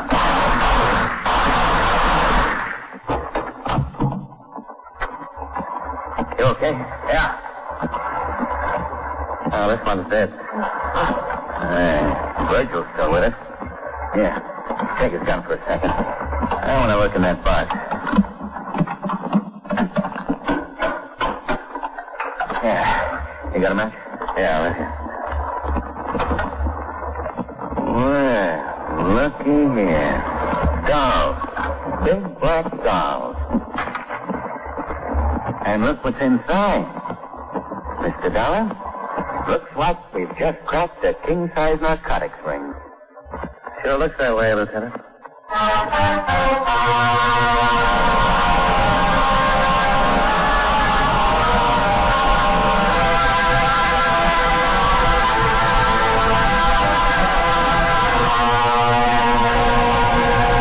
Virgil Wellman lived long enough to tell us the whole thing. Once a week, one of the big black dolls was passed through a pickup. The night Carnes had the argument was one of those times. Gilbert knew he couldn't take a chance on a fight that would bring the police, So he gave Carnes the doll, closed the shooting gallery, and followed. Judith Thompson surprised him in the act of stealing the doll, and he had to kill her. Virgil Wellman knew Carnes would be able to identify Gilbert, and with a murder, the police would be sure to investigate. So he killed Gilbert and dumped him off the pier.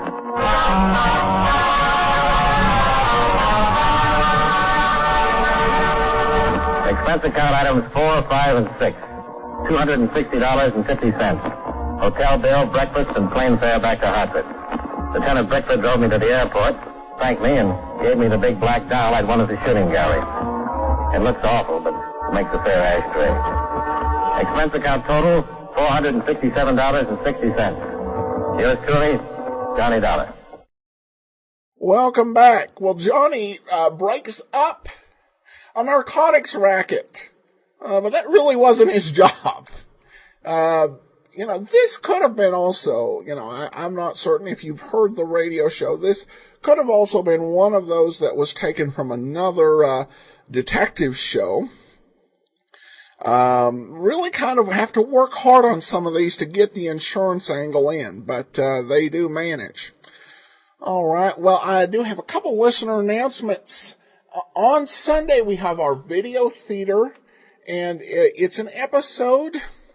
It's actually a movie with William Gargan, Ann Savage, and Leo Gorcey. If you remember the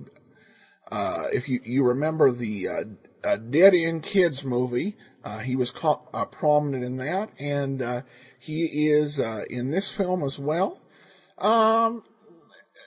Some stuff might be a little frightening to some younger kids, but other than that, it's a pretty decent film.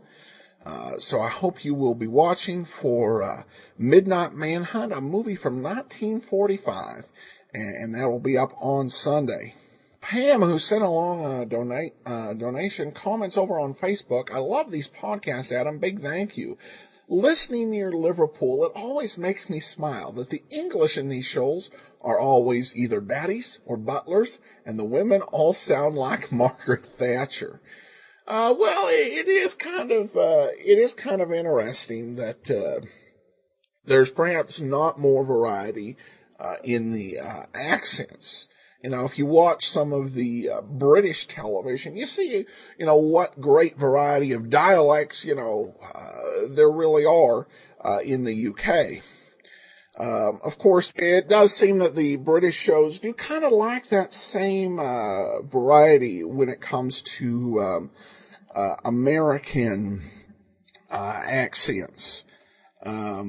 You don't see it, at least on the programs I've seen. I haven't seen a ton of that. So I think it may just be easy to keep it simple, even if you're losing some of the, overall richness and differentiation in the languages. But thanks so much for listening, Pam. Then finally, we do have one comment, a message from Michael, who says that, I just wanted to say thanks for providing these programs. I wish radio was still like this instead of the junk music we have today. I really believe if people listened to these programs in their car, there would be no more road rage. Well, thanks so much, and that's a thought. I think that, this definitely keeps your mind, at ease, and rather than, on edge, which I think a lot of the radio today has the tendency to do. And even if you're not listening to dramatic shows, if you were listening to things like the Doris Day Show or the Railroad Hour, I think that would make it harder to get upset. So that's definitely a good thought. Well, I hope that you enjoyed this week's program. I appreciate all your comments. We'll be back on Friday and next week with another episode of yours truly, Johnny Dollar. And join us back here on Monday for Barrie Craig and the rest of our great programs. In the meanwhile, you can send your comments to box13 at greatdetectives.net. Follow us on Twitter at Radio Detectives. And give us a call, 208-991-4783. Look for Midnight Manhunt to be posted on Sunday, and I hope you enjoy it. From Boise, Idaho, this is your host, Adam Graham, signing off. This is your host, Adam Graham, signing off. This is your host, Adam Graham, signing off. This is your host, Adam Graham, signing off.